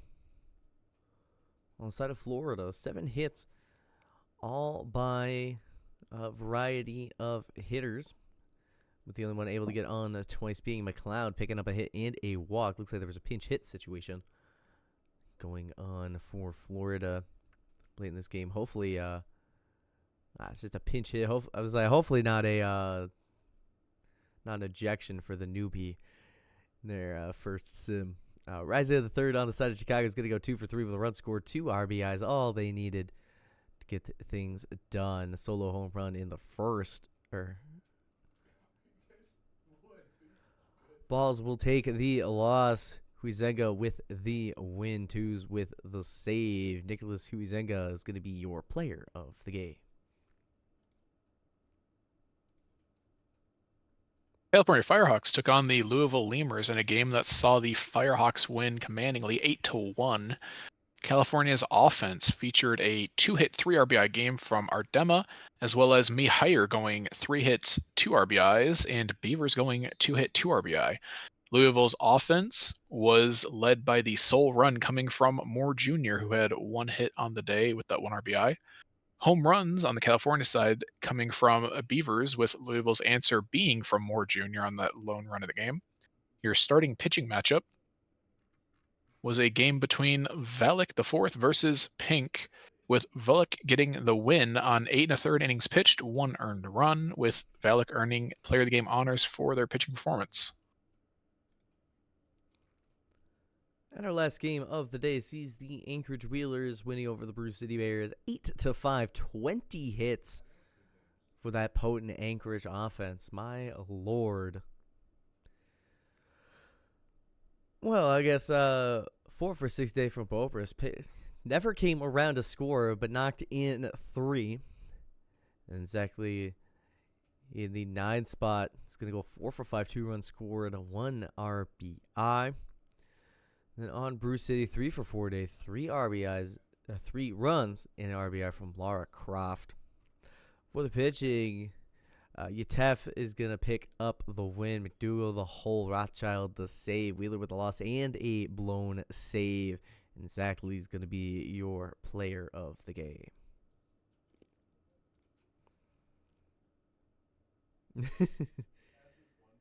All right. Our second quick sim day. Bulldoze through these ones to get to our final two sims, the primetime games at the end of the stream. Start things off here with San Antonio taking on the Crabs, winning 3-1. For Providence, multi-hit days from McKenzie and Jolly, with Allen and Fern combining for the only run for Providence. On the side of San Antonio, a 2-for-3 day with a run scored RBI from Julian O'Sullivan Jr. For the pitching, Cruiser takes the loss. Glorbenspiel with the win, able with the save. Starborn's Glorbenspiel is going to be your player of the game. Vancouver Vandals win a late game thriller versus the Outer Banks Aviators 6-5 in a game that featured runs from both teams in the ninth. Outer Banks' offense featured a 3-hit performance from Garbanzo, as well as a 1-hit 2 RBI game from Duke as well as Henry. Vancouver's offense matched that with a 2-hit 2 RBI game from Van Caliente, as well as a 1-hit 2 RBI game from Lensdale and a 3-hit game from Mander. Your home runs this game came on the Vancouver side of things, with Van Caliente and Burgers going long ball. Your pitching matchup was Kelly versus Clapp, neither getting a decision, with the end result coming down to the win going to Velo for their 4th win on the season. They appeared to have the very rare 2/3 of an inning pitched with no hits, no runs, but a blow and save, oddly enough. Player of the game goes to Darren Clapp. Maybe it was like a sack fly or something like that, I think is what it was. Yeah, it must have been. Or an inherited runner, maybe? I don't know. Yeah, there was a... maybe not. Who knows? We'll never know. Check the check this index later. How do you pitch less than an inning, blow a save, but get a win on the bottom of the inning? Because they walked it off. Oh, yeah, because the team walked off in Yeah, bottom the of that team walked inning. it off Okay, and we were yep. the last Yeah, pitch. yep. Okay, yep. Yep, you're right. Extra innings we go, as the Buffalo Surge are going to win 7-4, scoring 3 in the top of the 13th. Looks like Itsume Mio cleared the bases with a double to pull out victory. But they are overshadowed by their teammate Desiree Bambino. He's going to go 3 for 6. 2 runs scored, 3 RBI. For the Toronto side, a 1 for 6 day, 2 runs scored, 3 RBI, and a walk from Tyler D. The Rage. Hit a 3-run homer in the 11th inning. It's got things a little spicy there. Tied things back up. For the pitching, Park picks up a hold. DeSoto a blown save. Santara ends up taking the loss. Delling a blown save. Westbrook picks up the win, and Bambino is going to be your player of the game. Boise Raptors took down the New York Voyagers in a 3-1 showing. New York's offense saw their lone run of the game come from a 1-hit, 1 RBI performance from Hidari, with Boise managing to win the game off of a 2-hit, 2 RBI performance from Ziegler, as well as a 2-hit, 1 RBI performance from the number 9 hitter Hopkins. We saw a home run this game come from that number 9 hitter Hopkins. Your pitching matchup was Arcanum versus Cove, with Arcanum getting the win on 6 1/3 inning pitched with only 1 earned run. The save goes to De Nunez for their 2nd save of the year, with your player of the game being the starting pitcher, Valorant Arcanum.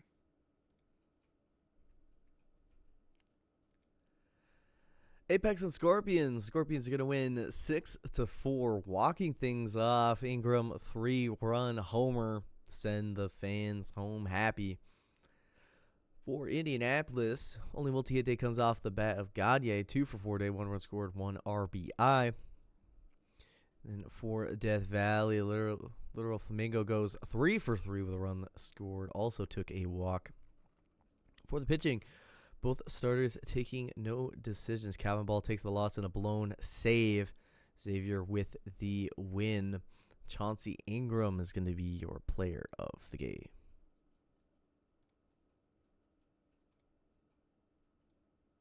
Lunar Base Space Rangers put up a 23 spot on Seattle, winning 23-2.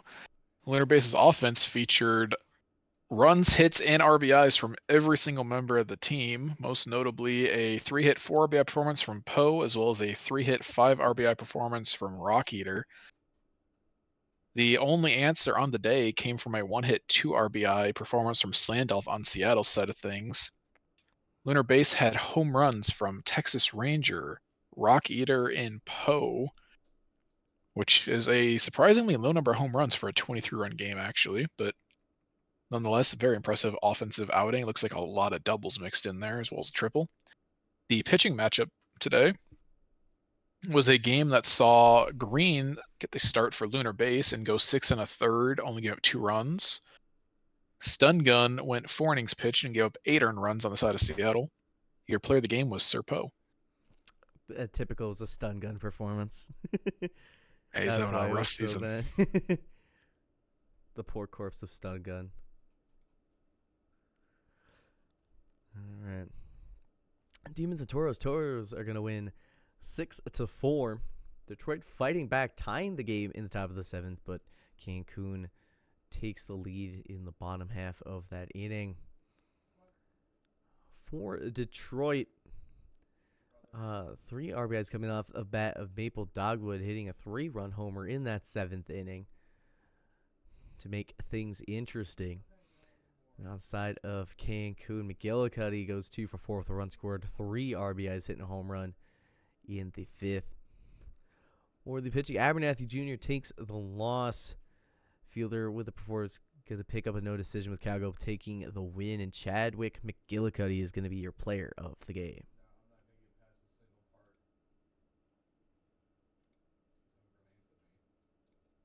Nashville took on New Orleans in a game that saw Nashville get the win 4-2. Their offense was led by a big 2-hit 3 RBI performance from Bailey III.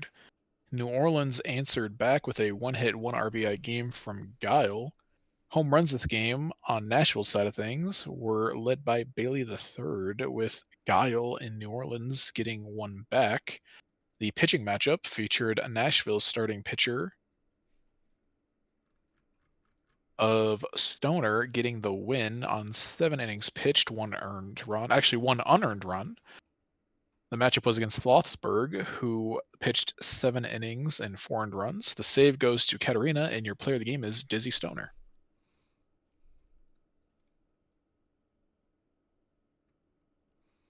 On to the minor leagues. Bruce City going to win this one 5-3. For Anchorage, multi-hit days coming off the bat of Romero, the second in considerations, each picking up 2 hits. And then for Bruce City, leadoff hitter Tankmato is going to go 3 for 4 with a run scored and an RBI. For the pitching, both starters taking no decisions, giving up 3 earned runs apiece. Grimes takes the loss. Schlitz with the win. Von Helwick with the save. Tankmato is going to be your player of the game.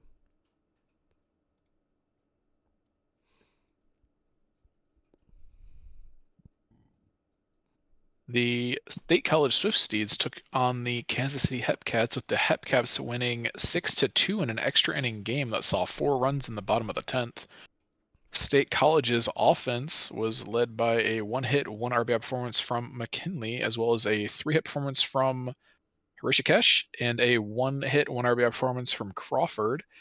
Kansas City saw a 3-hit game from Kills, as well as a 2-hit 2 RBI game from Levinsky and a 2-hit 4 RBI game from Lincoln Mercury. The home runs tonight were seen by Kansas City, with Levinsky and Lincoln Mercury tallying deep flies. Your pitching matchup was Thornberry versus Adkins. Neither got a decision despite very solid performances from both of them, with only 2 runs given up by Thornberry, none by Adkins. The win ends up going to McKinley, who came in and pitched 1 inning in relief to end the game, with Ford Lincoln Mercury getting your player of the game. The walk-off grand slam, no less. Like you said, maybe you should retire from doing co-hosting. 'Cause It's a the rough Kingpins are one. gonna win, walking things off in extras here. 10th inning over the Flamingos. For Florida, multi-hit day coming from McLeod, having a great sim so far. 2 for 4 with a run scored. For Chicago, middle of that lineup, well, everybody gets a hit, but middle of the lineup, they're Macaroni, Hinckley, and Penley, each picking up 2 hits with McKinley. I think he was the game-winning run there. For the pitching, both starters taking no decisions. Great pitching matchup here. My best friend is Bauer taking the loss, and Hiccup Horrendous Haddock the third picks up their first win of the season. And Sagandi Legend, starter for Florida, will be your player of the game. California Firehawks took on the Louisville Lemurs in another game that went to extra innings. California walks away with a 5-3 victory as they were able to put up 2 runs in the top of the 10th. California's offense was led by Ardema, who got a 2-hit, 1 RBI game, as well as Mihair, who also showed up with 2 hits, 1 RBI, and a 3-hit game from Lopez. Louisville answered back with a 2-hit game from Moore, as well as a 2-hit, 1 RBI game from Richards. Richards, I should say. This game featured no home runs, and your pitching matchup was between Chuck Nasty and Cy Duck, with neither getting the decision despite only giving up 2 runs each. The win ended up going to Conkling, who came in and pitched 2 innings in relief, and your player of the game was Chuck Nasty.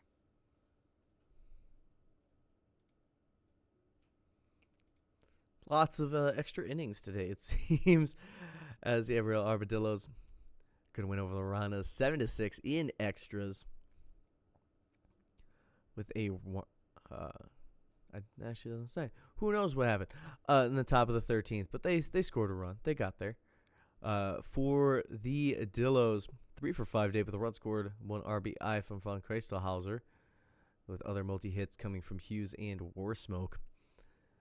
On the pitching, both starters take no decisions. Barry Blonce Moon with the loss.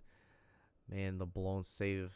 Summers with the win. Brendan Shimmy is going to be your player of the game.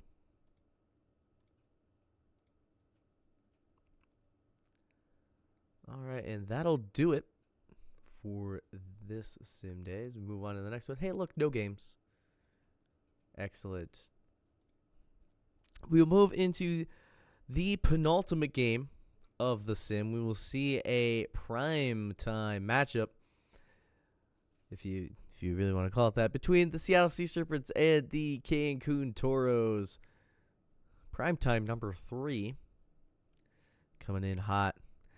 The over-under is quite fun. It is currently 5,050 to 1.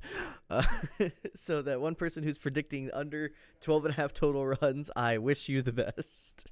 1 channel point. Somebody threw. They're putting in more. Man. People going up against those odds to win some more points. Chaotic was the one who put the 1 down. Your value bet is torched at this point. Oh man. Oh dang. Oh, it's even worse. Oh, you're on the losing side now. Who threw down 10K? Who are you? Oh my gosh. Yeah, value thief. Oh my lord.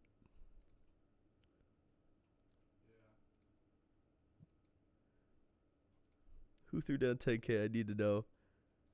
RCGG. Oh my god. What a guy.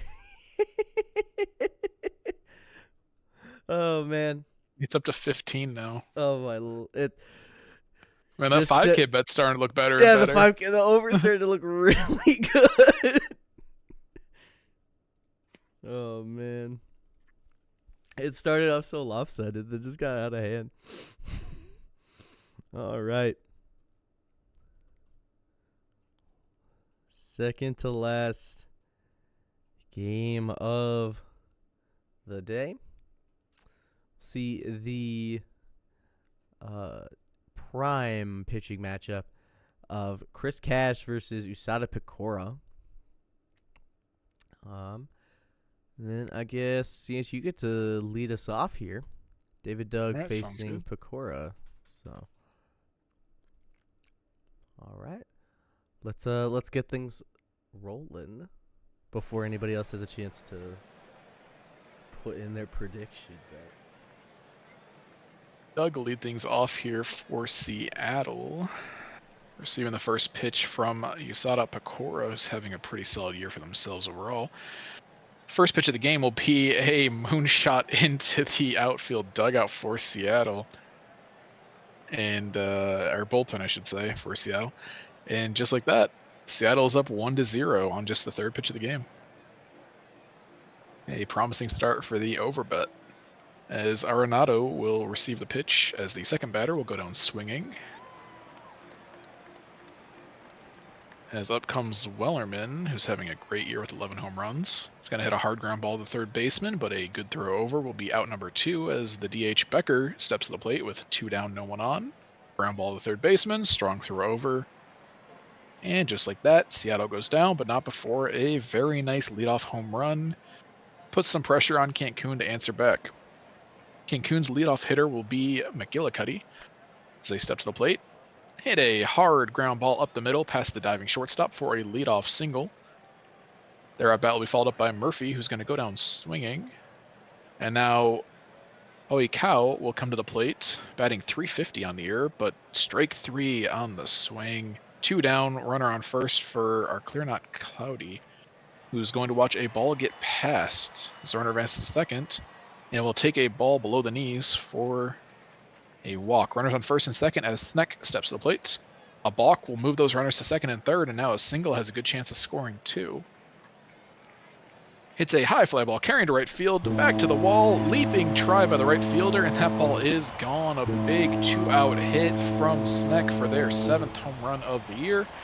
Cancun jumps to a 3-1 lead, as this looks to be a game with a lot of early offense. Ozza will now step to the plate. Hard ground ball to the shortstop, out number 3. Now Seattle has some catching up to do, as Slam Dolph, the number 5 hitter, will lead us off. The pitch is on the inside edge of the plate for strike number 3, as that is a leadoff strikeout. Allard will come to the plate and put a ball in play. High, deep fly ball to right center field. Right fielder steps over to it, catches it for out number 2. Reese will then follow that up with a swinging strike 3. 1-2-3 go the Sea Serpents, as Cancun's 7-8-9 hitter will look to get something going here on the bottom of the second. Catter will lead us off, batting .328 on the year. Ground ball to the first baseman, pitcher covers, throws over for out number 1, followed by Cove, ground ball to the third baseman, out number 2. Cortez, the number 9 hitter, will see a pitch on the corner called strike 3. 1-2-3 goes Cancun. And after an explosive first inning, we see a very quick and quiet inning number 2 from both teams. Zach Sequil will now lead things off for Seattle, as a ground ball to the shortstop is fielded cleanly, out number 1. Boudreau is going to hit a hard line drive center field past the center fielder, and that will be a 1-out double, as the lineup flips over to Doug, who started the game off with a home run. High fly ball carrying to center field, back to the warning track. Doesn't quite get out, but it does advance the runner to third. That'll be 2 outs, runner on third for Arenado. Gonna hit a slow dribbler to the second baseman, and it is actually slow enough that he's able to beat it out. That'll be an RBI, I'm assuming infield single, and it is in fact scored that way, as Wellerman now comes up and flies out to right field for out number 3, but Seattle does make it a 1-run game. Cancun leads 3-2 as we go to the bottom of the third. Cancun will be led off by their leadoff hitter, McGillicuddy, as the top of the lineup is in fact up. They'll start with a ground ball to the second baseman, fielded cleanly. For out number 1, Murphy now steps to the plate. Ground ball to the first baseman, out number 2. And Ohi Cow hits a high fly ball to center field, carrying, but it looks like the center fielder gets under it, and they do. 1-2-3 goes the top of Cancun's lineup. And Seattle will look to try to tie things up or take the lead here, as their number 4 hitter, Becker, steps to the plate and starts things out with a line drive up the middle. Runner on first, no one away for Slam Dolph. As Slamdolf goes down swinging, we now have one out runner on first. Allard, who's batting 286 on the year, will step up. Slices the ball past the third baseman, opposite field hitting, which will be a one out double. They're going to try to send the runner from first, and it looks like they beat it out. Some very aggressive base running, and it pays off in this case, and the game is now 3-3 as Reese comes to the plate with a runner on second, one down, and that is a swinging strike, strike three, as Zaxaquil will now be up to the plate trying to get this run in. Hits a ground ball up the middle, bobbled by the pitcher. Looks like they're going to rule it an infield single, but that puts the runners at the corners 2 away as Badru is going to strike out looking. But again, not before Seattle ties the game up. They're playing a very scrappy brand of baseball this game as our clear, not cloudy, hits a fly ball to right field for out number 1 on Cancun's side of things. Sneck will follow that up with a ground ball to the third baseman for out number 2. And Aza will hit a line drive up the middle to put a runner on first in an attempt to get a 2-out rally going as Catter steps to the plate, looking to do some damage. Hits a ground ball to third baseman. Baseman fields it cleanly, throws over to first. 1, 2, 3 out. As Cancun goes down, we now go to the top of the 5th. Seattle looking to take a lead. As Doug is going to fly out to the left fielder for out number 1. Arenado receives the pitch. Check swing. Strike 3 for out number 2. And now the ever-dangerous Wellerman looks to do some damage with 2 outs. But instead goes down swinging for out number 3 as we head to the second half of this game with a tied score as I pass it off to you. Tied up here, bottom of the 5th. As we will see Arrow Cove go down on strikes. Cortez follows suit, caught looking. Strikeout number 5 for Cash. Moves over to McGillicuddy. Lineup flip it over. Will take a walk. So runner on first, 2 outs for Troy Murphy. Murphy is going to line a single up the middle.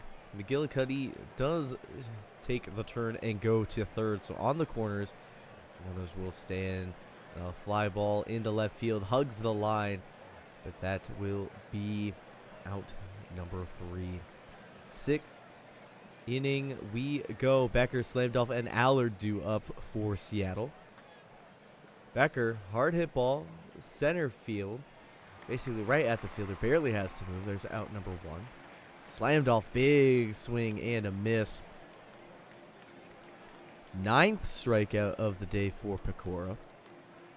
So Allard, line drive into right, will be caught.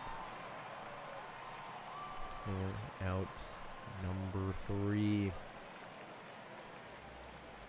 Hot hitting our clear, not cloudy.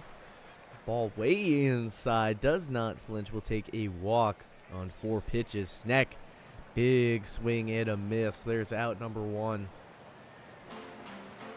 Ender Aza watches ball 4 go by. First and second now 1 away for Bob Catter. Catter is going to line one into right field. It will drop, not going to advance the runner. So the bases are loaded with 1 out. Hard hit ball down the right field line. Bounds up against the wall, against the bullpen. Got to get that ball in quickly. He's going to clear the bases. Arrow Cove, 3 runs scored off a double. Goes and steals third anyway. It's now infield playing in. McQueen into pitch. That ball's going to drop in the outfielder. Center fielder playing back a little bit. It will be a single for Cortez. Oh, and he's back picked. There's out number 2. A grounder to short, but beats it out. The catcher McGillicuddy with some wheels charging down the line. Grounder to second, dives on the ball, stops it from leaking into the outfield, but it will be ruled a single and a big swing and a miss from Oe Cow. That's what gets Seattle out of this inning. But a 4 spot from Cancun makes it 7-3, breaking the tie and giving themselves a sizable lead. Seattle needs to answer as Pee Wee Reese is going to start things off with a leadoff single, getting off the schneid. Saxicle's going to watch strike 3 go by. Boudreaux into left field. That will be caught for out number 2. Lineup will flip over for Doug. Doug, big swing and a miss. 7 innings for Pecora. 11 strikeouts. Fantastic day for the pitcher. Might come back out for the 8th. Our clear, not cloudy. Flies one into left. There's out number 1. Hard hit grounder to short, but easily corralled for out number 2. And Aza, big swing and a miss. That'll be out number 3.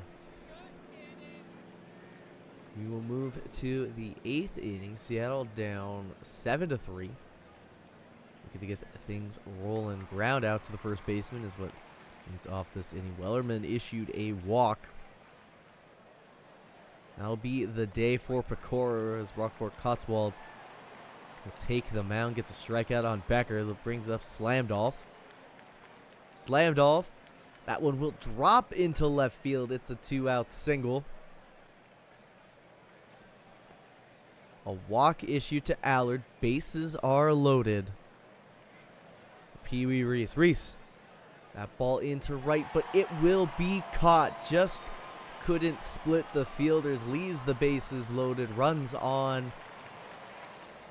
Left on base. Bottom of the 8th. Got a little too close for comfort there. Cancun looking to add more insurance. Catter with a walk. Start things off right. As Cove's going to line out to the center fielder.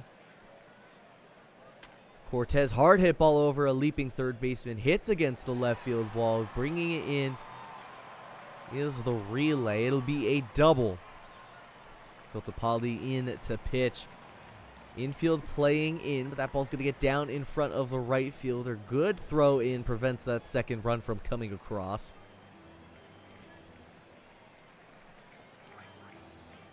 Strikeout of Murphy. Big swing and a miss from Oikau. Limits the damage to 1, but they are down 5 going into the top of the 9th. Zaxaquil, Boudreaux, and Doug due up for Seattle. Zaxaquil, high fly ball, left center field. That's going to be caught. Out number 1. Boudreaux, hard hit grounder to second. Doug, number off the bat. It will land in right field. 2-out single. Making the better sweat a little bit. There's a single up the middle for Arenado. Not going to test it there on the bases. 2 outs. Runners up for a sec. Grounder to short. Tosses across the diamond for out number 3. That will finish the game. Cancun's going to win this one 8-3.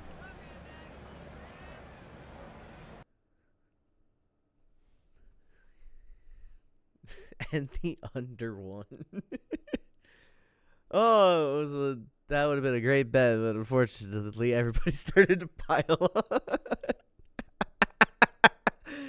Hey, you doubled the points you you put on. Chaotic. Run through the box scores.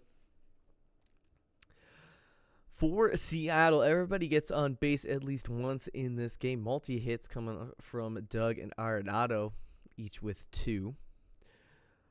For Cancun, McGillicuddy going 3 for 4 run scored, RBI, and a walk with 3 runs coming out of the bat. Arrow Cove, that bases clearing double. For the pitching, Cash with the loss. Pecora picks up the win. Usada Pecora is going to be your player of the game.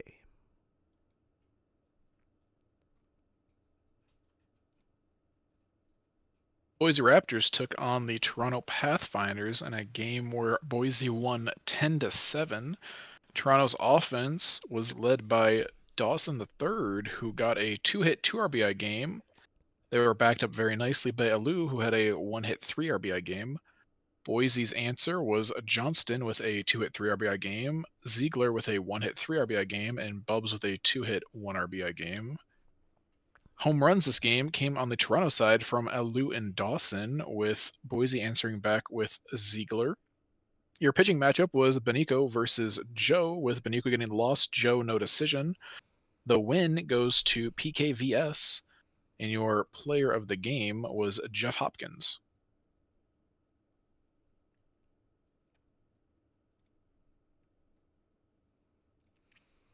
Voyagers and Crabs. Crabs are going to win this one 5-1. On the side of New York. uh, one run over with 3 hits, 3 walks for the squad. Hidara, the only one to get on multiple times with a hit and a walk, with Taz and Beatty and Skatos combining for the 1 run. On the side of Providence, multi-hit days from Allen, McKenzie, and Fern, with a multi-RB day from Swanson Goose hitting a 2-run homer. For the pitching, Choi takes the loss. Belgar with the win to Potson the save. It's technically a 3-inning save, but not in the traditional sense. Robert Belgar going to be your player of the game. Buffalo takes down the Outer Banks Aviators 9-1. Outer Banks' lone run appears to have been unearned. Buffalo's offense was led by a 2-hit, 2 RBI game from Kelly, as well as a 1-hit, 2 RBI game from Savage, and no home runs coming from Tomlin and Splorger. Your pitching matchup showcased Kaufman versus Jones, with Kaufman getting the win. 7 2/3 innings pitched, 1 run. Again, it was not earned. Your player of the game is Colby Kaufman.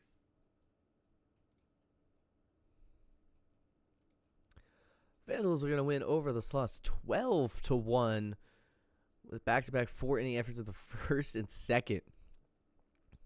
For San Antonio, only 4 hits. Their only run coming off a Shaw Dynasty first-inning home run to start this game off. But for Vancouver, Enrique Von Caliente is going to go 2 for 4, 3 runs, 3 RBI, and a walk. 15 hits total for the team. For the pitching, Boss the third takes the loss. Only pitched an inning. This one, Tatum with the win. Enrique Von Caliente is going to be your player of the game.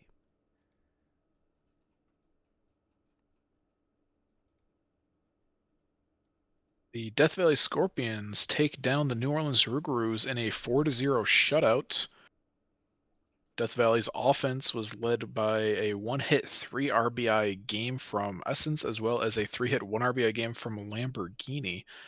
Home runs coming from Lamborghini and Essence in a pitching matchup that featured a solid performance from Bummus, who went 7 innings pitched, 3 hits, no earned runs. Eshelman was on the other side of the bump, pitching 7 innings. Your player of the game goes to Always a Bummus.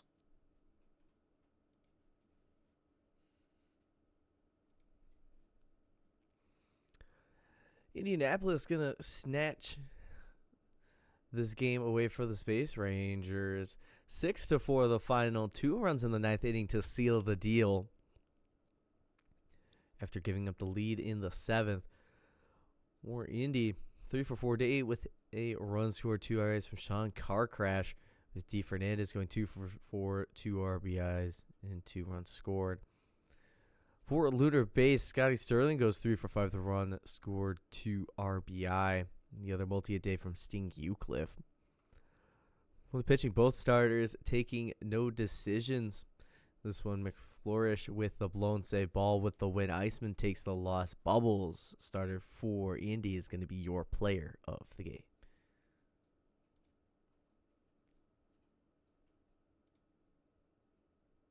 Nashville Stars take down the Detroit Demons 6-2 in a game that saw Detroit get their run off of a 1-hit, 1 RBI performance from Jam.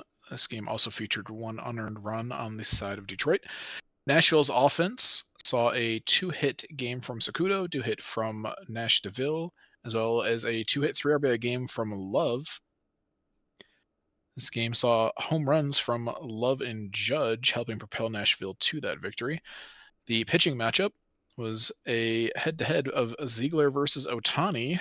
Ziegler getting the win on 6 1/3 innings pitched, 2 earned runs, with the save going to Blaze for their 5th save of the year. Your player of the game goes to Toby Ziegler. Watch that one. So we'll go down to the minor leagues.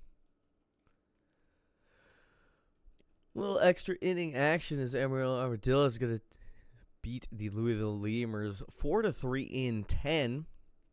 It's like a walk-off single from Payne. For Louisville, Moore Jr. is going to go 1 for 4 with a run scored, 2 RBI hits, a 2-run homer in the 6th inning. Then for Amarillo, Payne goes 2 for 3 with a run scored, 4 RBI, knocked in every single run for the team, including the game winner. For the pitching, Dulavu is going to take the loss, Blahai with the win, and Brian Payne is going to be your player of the game. The State College Swift Steeds take down the Brew City Bears in a 7-3 game that saw a big 3-run 8th inning from the Steeds. Brew City's offense was led by a 3-hit 1 RBI game from Croft, as well as a 3-hit 1 RBI game from Boucher. State College was able to answer back with a 3-hit 2 RBI game from Healer, as well as a 2-hit 3 RBI game from Toga. This game featured no home runs in a pitching matchup that was a head-to-head versus Alvarez and Lopez. Alvarez got the loss, Lopez no decision. Johnson comes in and pitches 3 innings in relief to secure the win, with Mantics getting their 3rd save of the year. Your player of the game is Bandit Healer. Firehawks are going to blank the Flamingos 9-0 the final. For Florida, multi-hit days from Bill and McLeod in the bottom of the lineup. For California, we have a 3 for 4 day with a run scored, 3 RBIs from Osa Altuve in the 9 spot. Pitching, George is going to take the loss, Pitch Lord the win, and LaShawn Maximus Marbondeleni Pitch Lord is going to be your player of the game.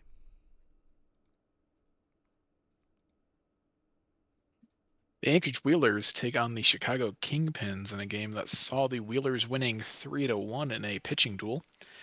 Chicago's offense was able to get their run across the board thanks to Dog going 2 hits, 1 RBI on the day. Anchorage got their runs primarily from a 1-hit, 2 RBI performance from Pass. The home run this game, or 2 home runs, I should say, came from Pass and Lamero, being the offense from Anchorage.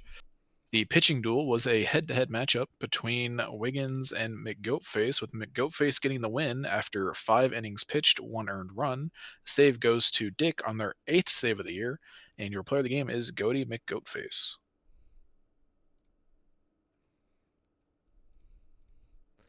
Rounders are going to win over the Hepcats 8-1 the final. 6 hits for Kansas City. Multi-hit day from Gnome Child. Borg with the only RBI. Also picking up a multi on base day with a hit and a walk. 3 RBIs from Blaney for Puerto Rico.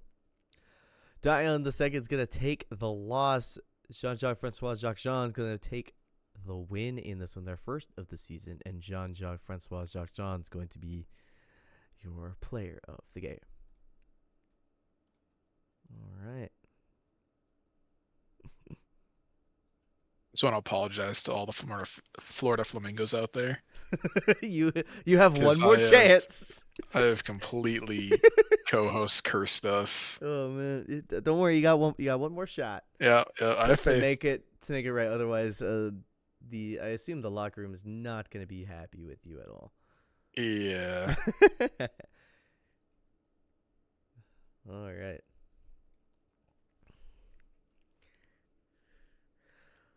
Well, we get a premier primetime matchup, the last game of the sim. So we will see the Detroit Demons taking on the Nashville Stars. Strider versus Krispy Kreme. The prediction, who has more runs in the 7th? Detroit, Nashville, or it is tied. Nashville currently the value bet. with only 799 points put on it, but the others well over that threshold.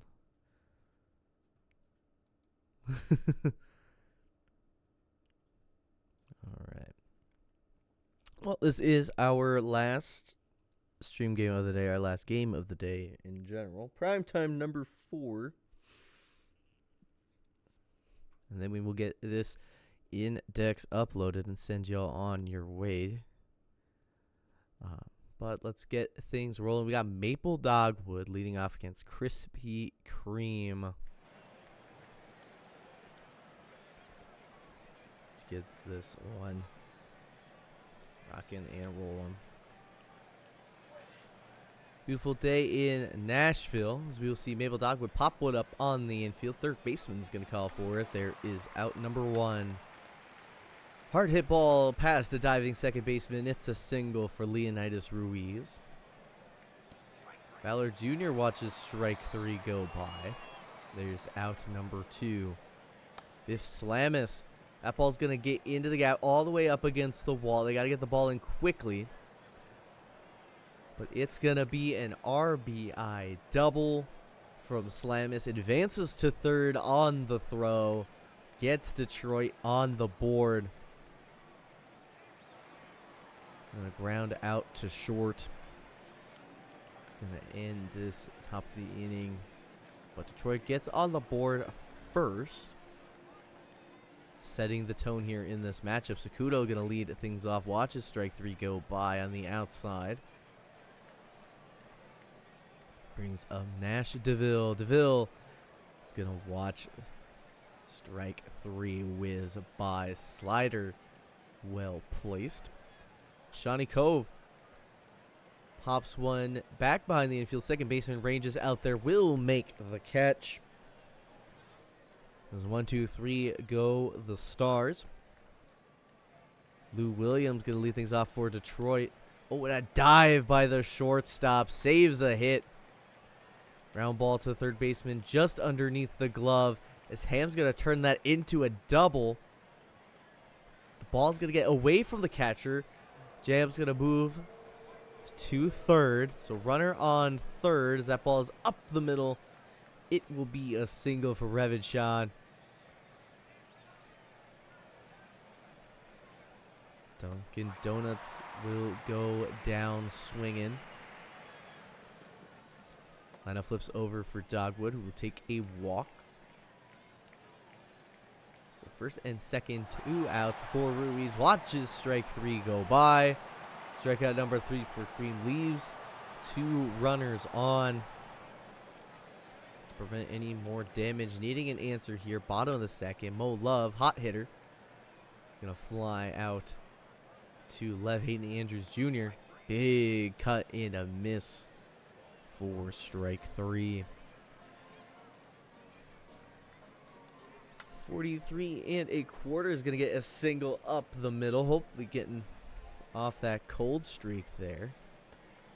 Mom Spooner's been issued a walk. First and second. The ball's hit hard to the first baseman. Takes it themselves to the bag. We're out number 3. Top of the third. Detroit up 2-0. Fowler Jr. Fly ball to right. Will be caught for out number 1. Slamis. Hard hit ball right field to the fence, and it is gone. Biff Slamis. 375 solo shot to right field. Makes it 3-0 Demons. Not the best outing for the Nashville starter here. Does induce the ground out for the second out. So Lou Williams. Williams up the middle of the infield. Shortstop will range over. Toss to first for the out. We'll end up retiring the side. Bottom of the third. Nashville needs to get on the board bad at this pace. They're going to be down 9-0 by the end of this game. Sakudo pop up on the infield. Pitcher is going to call for it. Bring up DeVille. DeVille to left field to the wall. Caught just at the wall. DeVille needs to hit the weight room, get a little bit more on that one. Look destined, but just not the right exit velocity to get it out of the park and get Nashville on the board. Holden Jam's going to go down on strike. Shan up the middle, drops in for a single. I'll put a runner on first, but is back picked. Out number 2 comes off the pickoff move. Dunkin' Donuts with a single up the middle. Maple Dogwood. Be caught by the center fielder. Scoreless inning here for Nashville. Just what they need. A little bit of momentum shifting. Potentially. Shawnee Cove will step up. Hard hit ball right field. It's exactly what they needed because that baby is gone. 4-12 to right field. No doubt about his 20th of the season. Makes it 3-1 Nashville. Mo Love, dribbler to the pitcher, tosses to first. So Andrews Jr. is going to be issued a walk. So runner on first, 1 out. 43 1/4 makes it runners on first and second, 1 out from Mom Spooner. Mom Spooner into center field will be caught. No tag up opportunity there. So first and second, 2 outs for Bailey the third. Takes a walk that'll load the bases now for Arson Judge. Judge into left field. That will sit. Not going to take the extra advancement there. Leaves the bases loaded. Does score a run. Makes it a 1-run game. 2 outs, bases loaded. Lineup will flip over for Sakudo. Sakudo up the middle, and that will drop.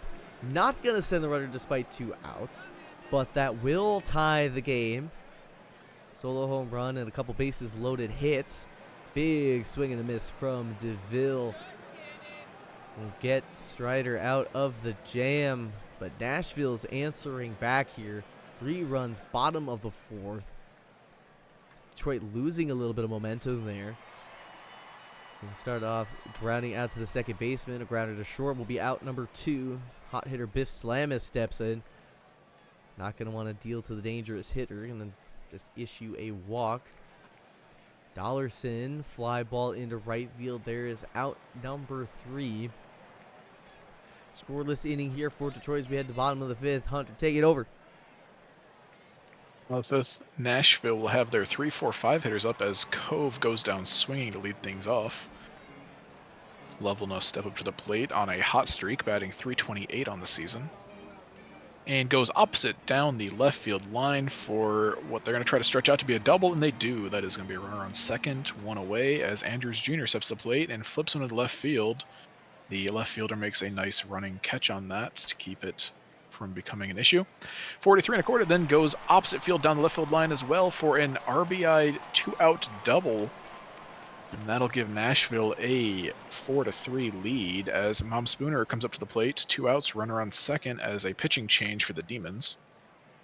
Mom Spooner is going to push that ball down the right field line for a 2-out double to extend Nashville's lead 5-3.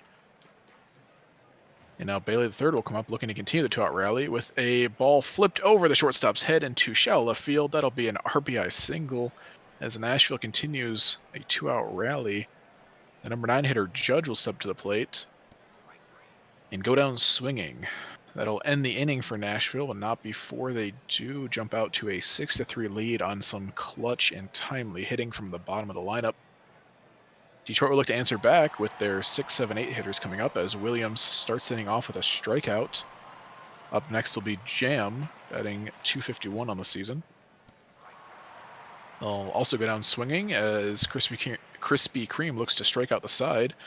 Sean will come up with 2 outs, looking to stop that as Shan draws a walk for a 2-out base runner. Now, Donuts, number 9 hitter, will hit a ground ball to the shortstop. They flip it over to second. That'll be the 3rd out of the inning. As Nashville now looks to answer back in the top of the 6th, or bottom of the 6th, apologies. Bottom of the 6th with their leadoff hitter, Sakudo. Top of the lineup is up. As they hit a line drive into left field, that'll be a leadoff hitter as Nash DeVille steps to the plate. Runner breaks for second and is gun down. That is the first out of the inning, as DeVille now has one out, nobody on. Ground ball to second for the second out, and Cove will step to the plate and take a strike on the corner for the third out of the inning. Down goes Nashville after an early base runner. And now Detroit will look to answer back with the 1-2-3 hitters in their lineup, as Dogwood leads us off with a liner just past the third baseman for what is going to be a leadoff double. And now Ruiz, batting .319 on the year, is going to go down looking on strikes, with Valor Jr. left now to try to get this runner in with a one down runner on second. A line drive up the middle, one hopper to the center fielder. It's going to be an RBI single, as Detroit cuts the lead down to just 2 for Nashville and also puts a point on the board for the betting odds. The runner now steals second, as Slamus now looks to try to get this runner in. Watches strike 3 for the second out of the inning.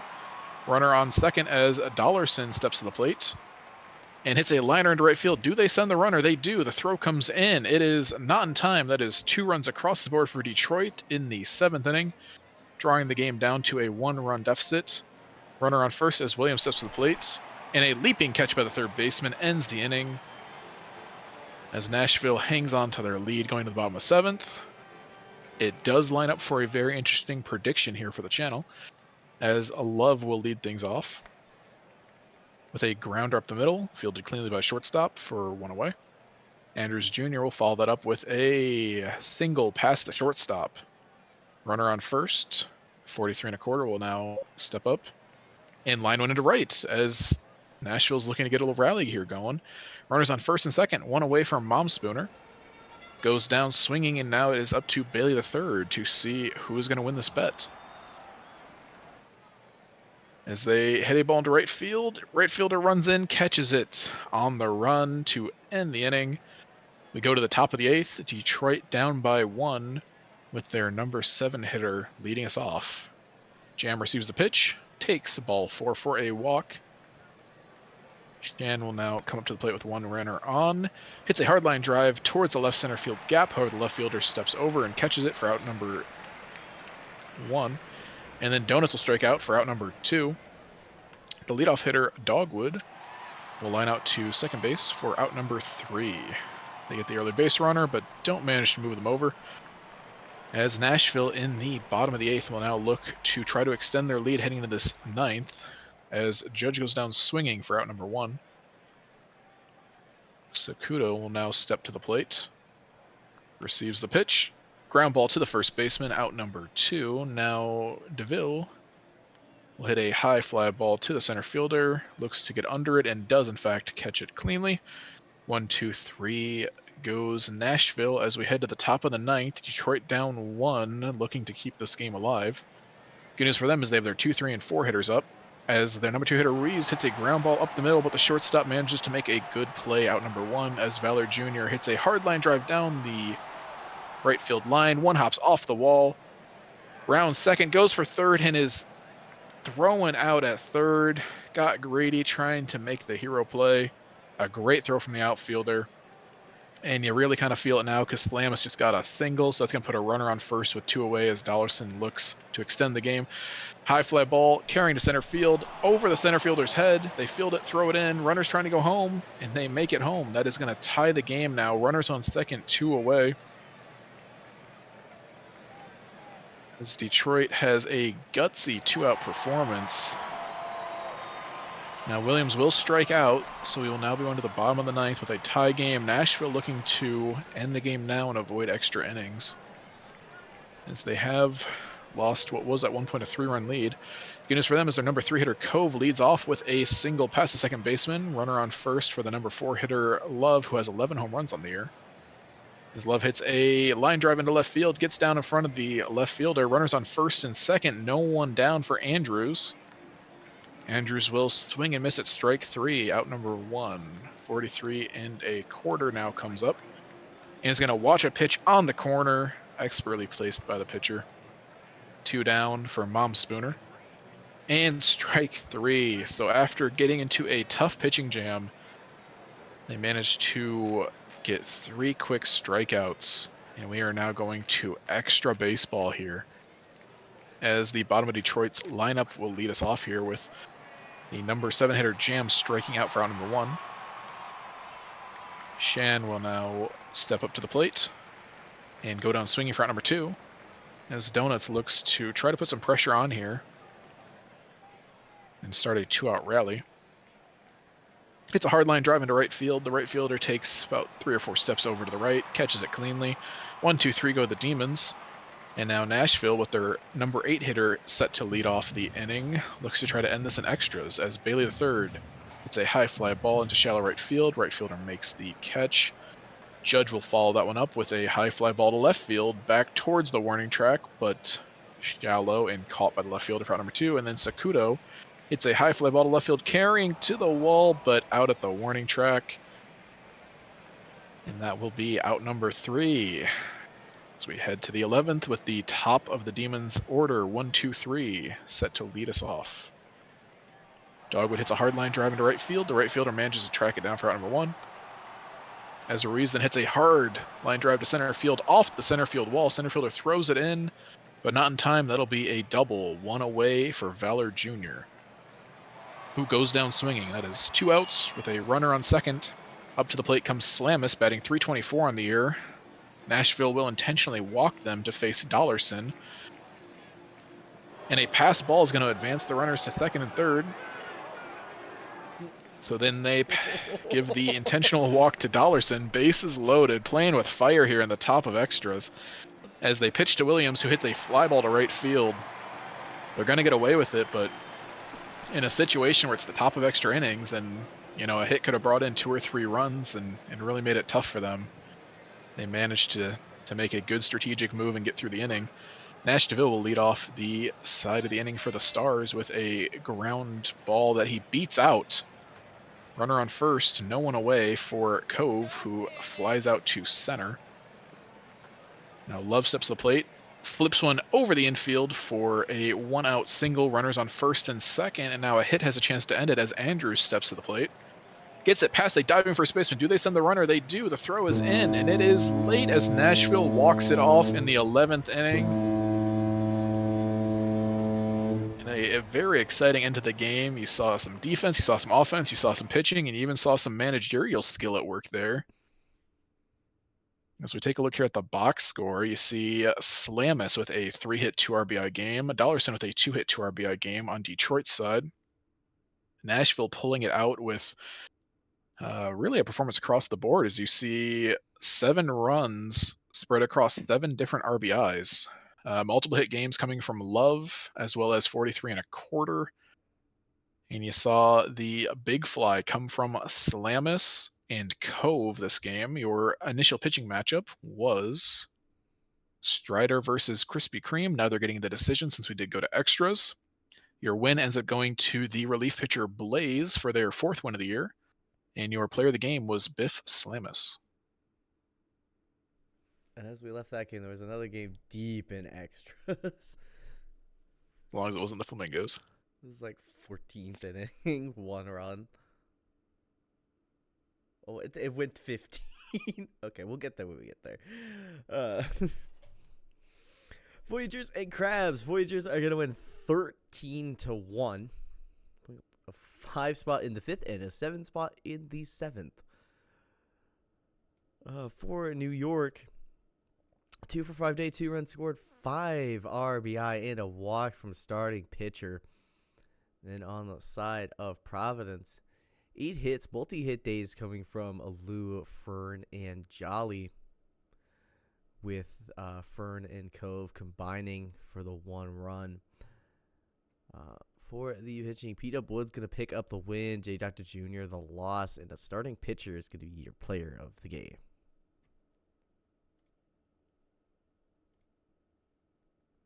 The Outer Banks Aviators take down the Buffalo Surge in a 15-inning 2-1 game. That's a tough one to watch as a fan.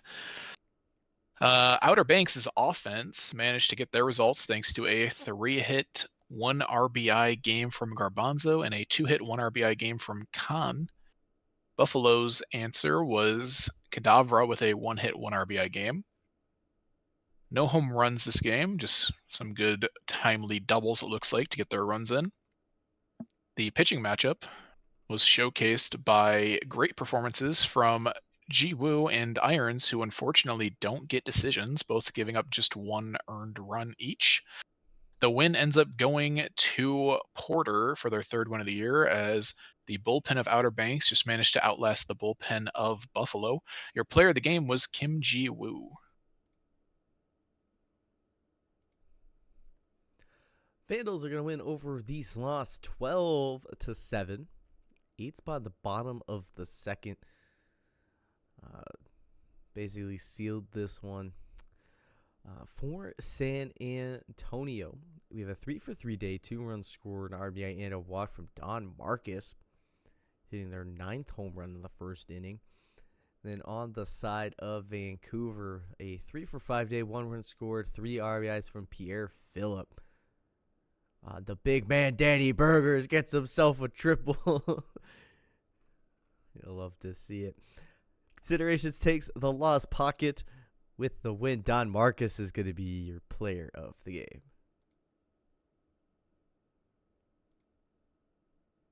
Toronto Pathfinders faced off against the Boise Raptors and won the game 8-2 today. Toronto's offense saw a 2-hit, 2 RBI performance from Alou, as well as 2 hits, 2 RBIs from Hernandez, and 3 hits, 3 RBIs from Windsor Jr., with the bottom of the lineup coming up very big. Boise's answer was a 2-hit, 1 RBI game from Johnston, as well as a 1-hit, 1 RBI game from Montalban. We saw home runs coming from Death Rage, as well as Hernandez and Windsor Jr. for Toronto, and a home run from Johnston on Boise's side. Your pitching matchup featured the starting pitchers of Phantom in a ball, with a ball getting the win on 7 1/3 innings pitched, 2 earned runs, and your player of the game is Nolan Windsor Jr.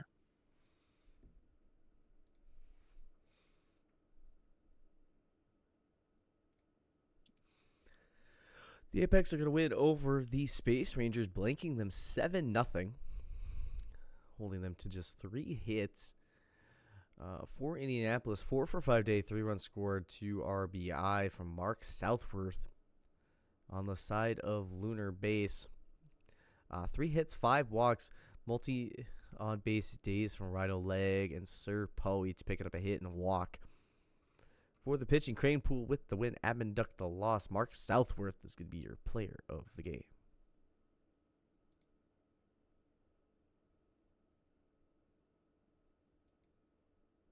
The Cancun Toros go into extra innings versus Seattle, winning 5-4 in the 10th inning, scoring 1 run to make the difference.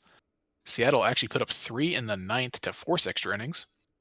Seattle's offense was led by a 2-hit, 2 RBI performance from Pedro, with Cancun being led by RBIs spread across the board, with notable hitting performances from McGillicuddy and Sneck both having 2-hit games, as well as our Clear Not Cloudy getting a 2-walk game.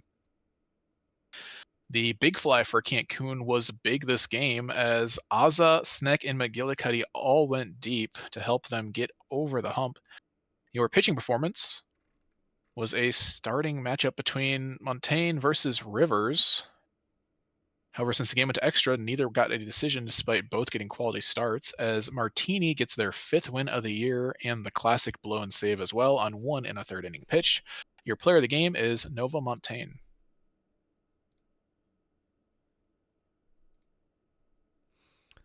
New Orleans and Death Valley battled up, but Death Valley is going to come out victorious 8-5, scoring 4 in the bottom of the 6th to take the lead. For New Orleans, 1-for-3 day with a run scored, 3 RBI, and a walk from Sober Ramberg. And on the side of Death Valley, we have a 3-for-4 day with a run scored, 1 RBI from Evan Essence. When the pitching, Lycan takes the loss. Mikhail's no decisions. The bullpen backs him up. Keith with the win. Xavier the save. Ted Giannis is going to be your player of the game.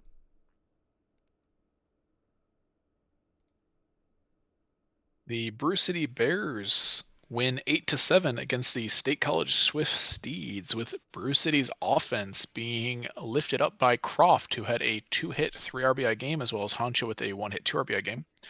State College had a 2-hit 2 RBI game from Mizushima, as well as a 2-hit 2 RBI game from Cortal. We saw home runs this game from Croft, Plante, and Hancho, as well as Mizushima and Cortal on State College's side. Your pitching matchup featured the starters Jones and Belong With Me, neither getting the decision, with Wheeler getting a 4-inning win in relief, with your player of the game being Cliff Plante.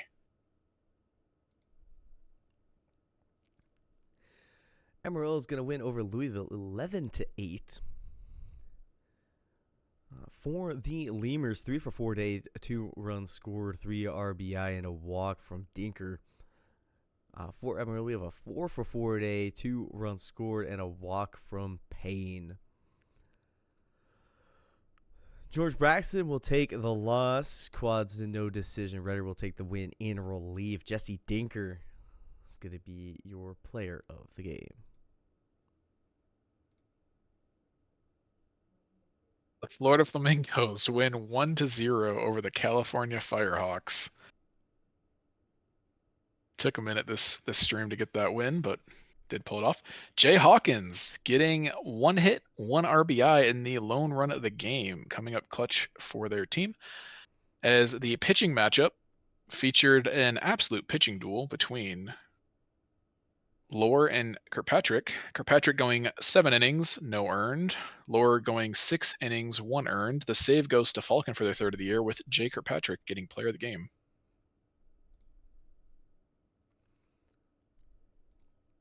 Hepcats are going to blank the Rana 6-0 the final score.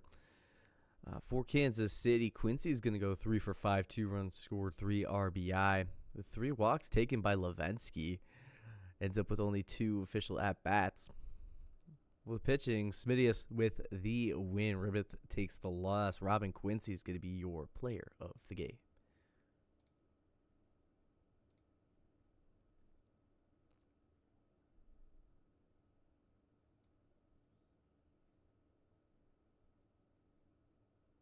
The Kingpins defeat the Wheelers 5-2 in a game that went to extra innings, featuring a 3-run top of the 10th. Chicago's offense was lifted up by Penley, who had a 2-hit 3 RBI game, as well as a nice 3-hit 1 RBI game from Macaroni. Anchorage answered with a 1-hit 1 RBI game from Bobris, as well as 1-hit 1 RBI game from Considerations. The deep ball tonight was represented by Macaroni, Chech, and Penley, who all went deep for Chicago. Your pitching matchup featured Innings Eater versus Peace, neither getting the decision despite both only giving up 2 earned runs. The win ends up going to Horrendous Haddock the third, who pitched 3 2/3 innings in relief. Your player of the game is Luigi Macaroni. All right, and that will do it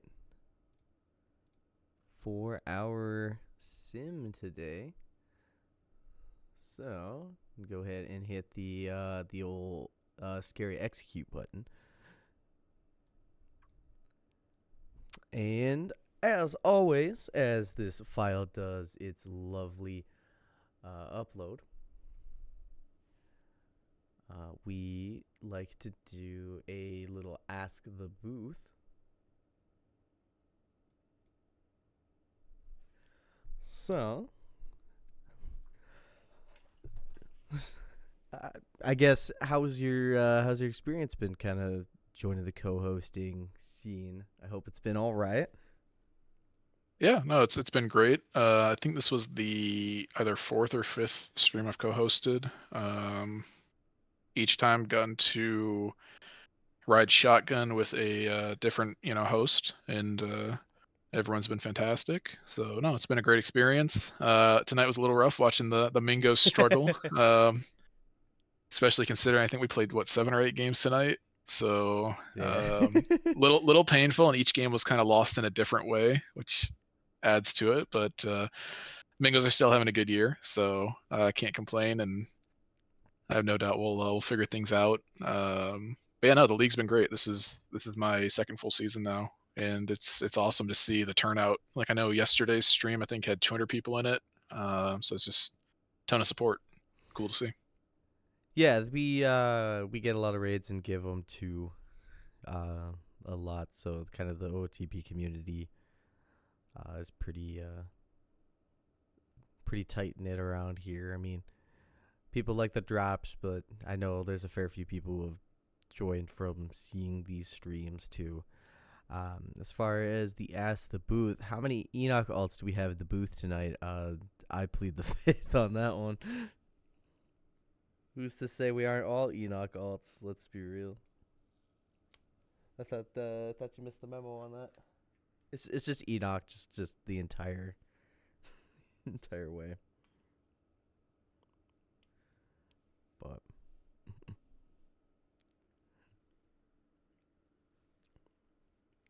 I'm very glad you are enjoying your time with the league. Not a bad time to have joined. But yeah, there's a lot of history that's out there, and I hope you relish in it. So it's really cool. Oh, speaking of oh my God, we're just finishing and we get rated. No, see what a party of 130. Well, I appreciate these raiders. We're just doing our file upload. You missed some great games, but I appreciate it. When will OTP quit punishing my player for being too active? See, I don't know if I can answer that. The OTP works in mysterious ways. I don't fully understand it. I don't think anybody really fully understands it. But all I can say is you can just blame the guy who's doing all of the file uploads. So that's gonna be chaotic on that. Now he's kind of the file master. So if your player sucks, go blame him. Nash legend in the making. We'll see. It's been fun watching Nashville have a really good season here. So it's definitely something that's going to be fun to hop into here in the next couple seasons as Hunter continues to progress. Definitely got to figure out how to make that build transfer into the majors, but that's a problem for a different day. So That's a problem for your GMs to figure out. yeah, I'll definitely I'll let them figure it out, and then I'll tweak it just enough to make them pull their hair out. As one does. Yeah, yeah. I know it takes. I still don't understand how my GMs trust me with anything that I do. Sometimes I just pull shenanigans. Yeah. I say that as if my GM probably isn't listening. But yeah, I'll just start dumping all my TP into catching stat or something as a left fielder. oh, absolutely. If only bunting was still available as something you could dump TPE into, I swear. I'll be a bunting speedster. Be awesome. Oh yeah, absolutely. There's some great bunting legends in this league before. Holding ground ball percent as a pitcher. Oh yeah, the max holding ground ball percent. Yeah, the classic when you could do that.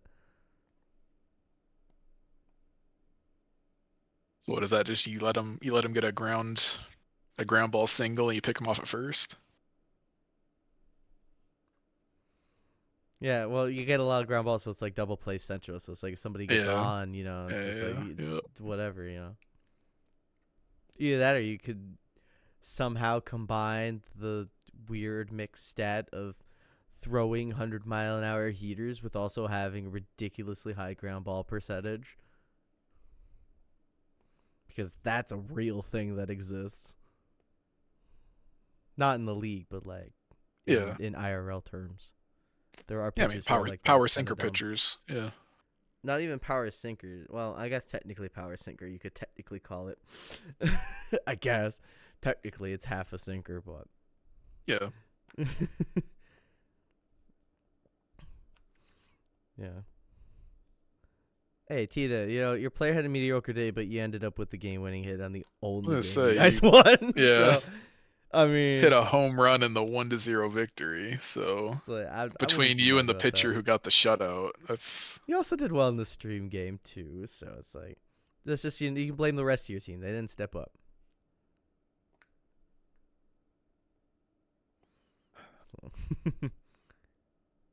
Yeah.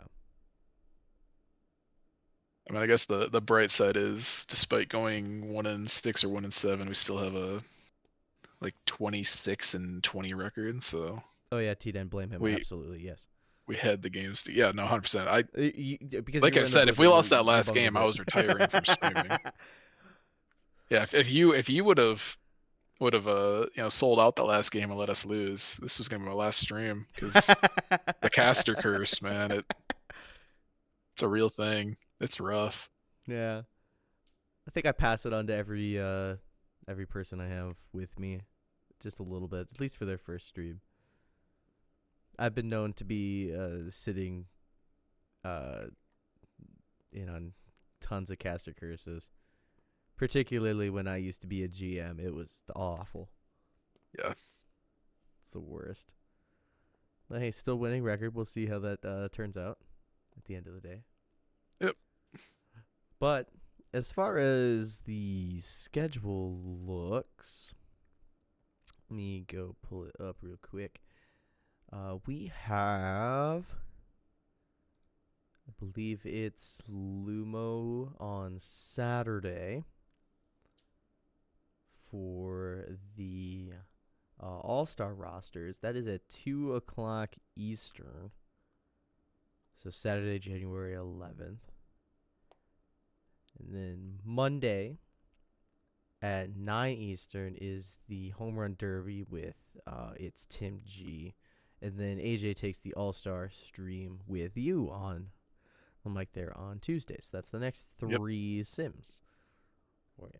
I will be back in the booth on Thursday, January 16th at the same time as usual, 8 o'clock Eastern. And then I don't show up until the World Series because that's just what I do. But the file is still going on this. Any additional Ask the Booth questions here while this file slowly, painfully uploads?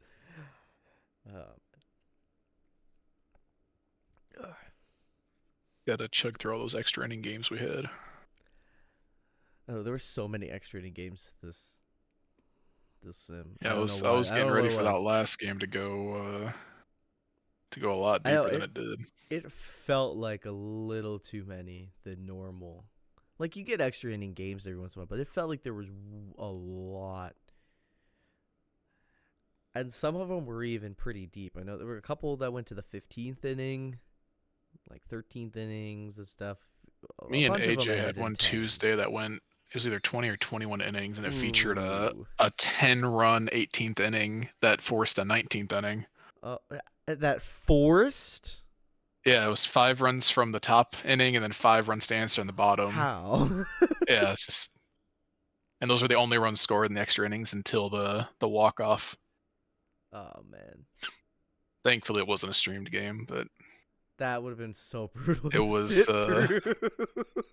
it was so excessive that both teams actually ended up putting in their starters for the next day to pitch the last Oh, like 3 innings. yep. Yeah. That's what happens when it gets that far. But that would have been the most. That's always my fear, is when I do these sim games. Is something's gonna go way too long. It's like a whole game could take an entire hour if it's something like that. Oh my god. Luckily, it wasn't for you guys. That would have been brutal. I will say, for any football fans out there, there's a heck of a college football game going right now. Which one is going on right now? Notre Dame, Penn State, to Ooh. determine one of the final spots. Nice.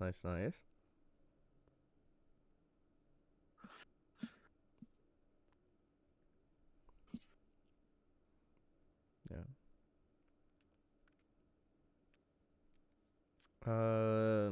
Asabu, should I boot the person in rookie chat who puts ketchup on spaghetti? See, I'm not in charge of that anymore. But from an ethics perspective, yes. Do they That like is mix just it with meat sauce, or is it just it's just Heinz ketchup on spaghetti noodles? I think it's just ketchup on noodles. Because if it's on meat, I can kind of accept that. Kind of. If it's just straight sauce on noodles, that's a rough one. Yeah, ketchup is actually very far away from spaghetti sauce, Yeah, considering it's like the whole tomato. The spices are completely different. There's like yeah, way the less vinegar. sugar. Just some crushed tomatoes. You gotta add something more than that. Get some spices toasting. A little tomato paste. Maybe get some onions in there. You got some carrot. Really make a good sauce. That's the way to do it.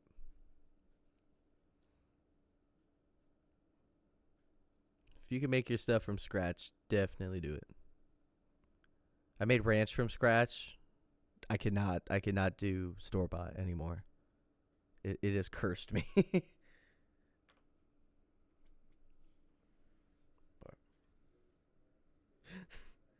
I guess if you want to be poor man on that Ewok, but You want to really be cursed, mix the ketchup with Italian seasoning. that's where you would get cursed.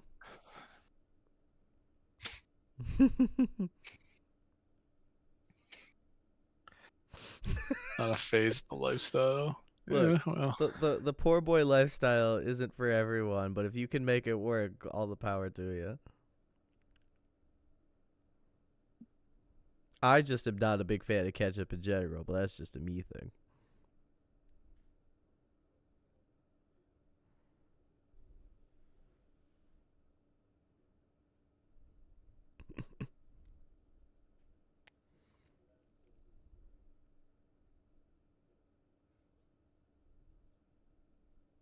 Grilled cheese top roll. Yep, that's a pretty good staple. All right, question for the chat. What's your favorite broke boy meal?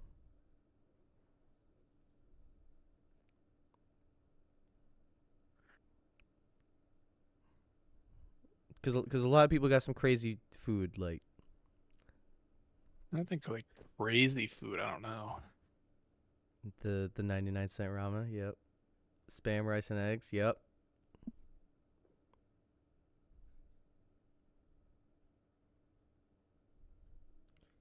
Peanut butter banana. Yeah, I love me a peanut butter banana sandwich.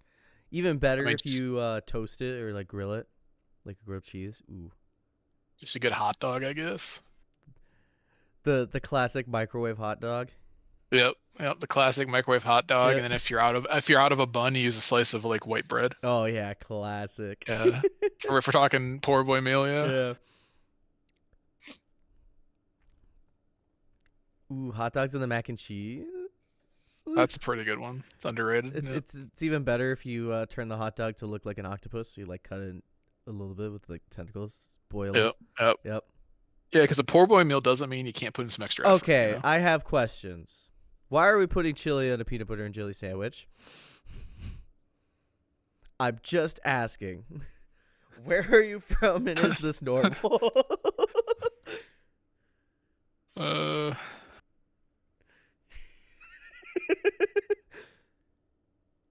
Tortillas for a hot dog. I've heard of the chili bun, but peanut butter and jelly though? That's a very like wait, hot different. dogs covered with eggs in a waffle maker? I mean, you're basically making an omelet at that What? point, I guess. That's kind of like an omelet. It's basically an omelet where you're not using a skillet. Okay, I can tell exactly where you're from, Ewok, just from that. Chili and cinnamon rolls? Would you happen to be from the Middle America? Probably more like the Kansas City ish area, like the St. Louis, Kansas kind of, not St. Louis, the Missouri, Kansas kind of area. No, that seems like a very common thing there That sounds like a Okay. That sounds like a Louisiana thing to me. See, the Wichita Wind Surge, which is the at least I thought it was the Wind Surge who did it. They're a double A affiliate for the Twins. They did a like chili buns like rebranding for like a week or something like that. Hold on. I need to look this up.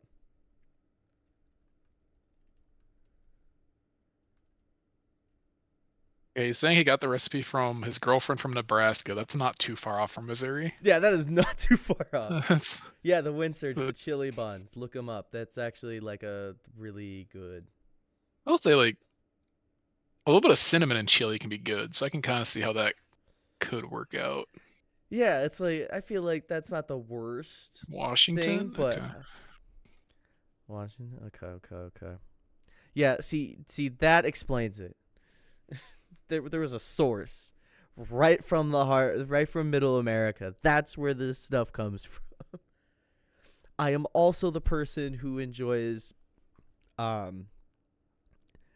so it is locally known as Minnesota sushi, but it is a pickle, wrapped in a cream cheese spread of like deli ham, so it's like wrapped up, so the cream cheese like combines it and then sliced up.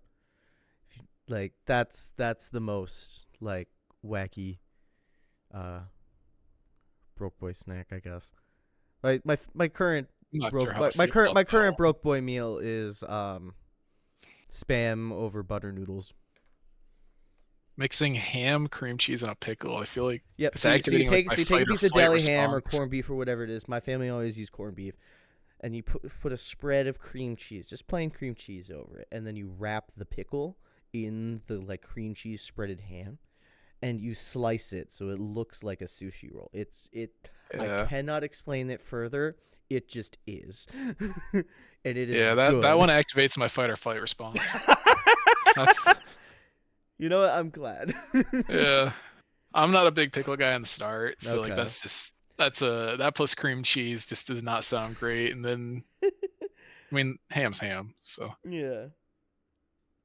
It's just a very nice, just delicious like salty snack. It's great. It's not for everyone, but I will say it is a staple. It is about as staple up here as like potato salad is to a cookout,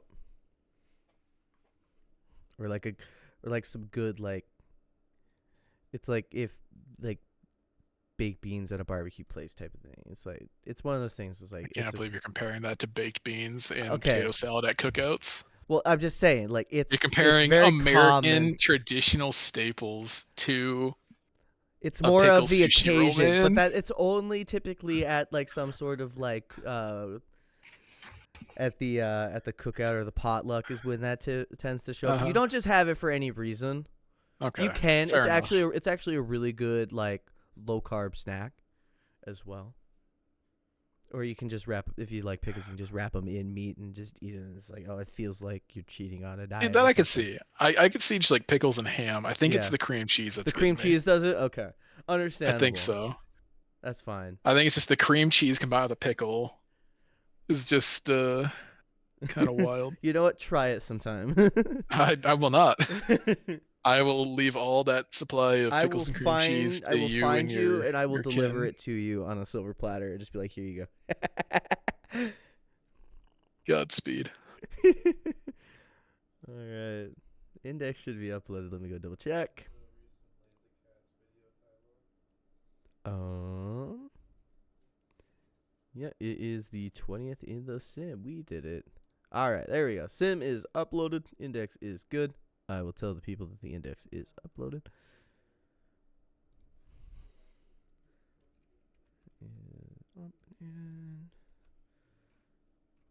People haven't been posting the index recently. That is such a shame. All right. Index is updated. Publish that. Perfect. So I will make sure to pay you right away because I'm very bad at that recently. I actually don't pay myself most of the time when I do streams. One of the streams I did, the host forgot, and I wasn't really paying attention to it either. So like 3 weeks later, I was looking at just my accounts deposits.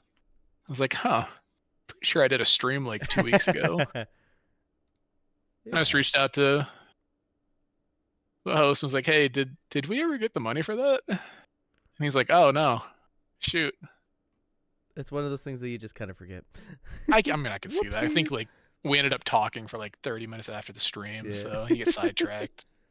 All right. Well, I have the page up in another tab, but I think we're gonna end the stream here. Thank you everybody for joining us. Be sure to check back in on Saturday at 2 p.m. Eastern, where Luma is going to take us into the All-Star break, give us the season 52 All-Stars. Always exciting. Thank you, CH100, for joining me on the stream. It's been a pleasure. But Yep, happy to be here. yeah, to everybody else, have a wonderful rest of your night.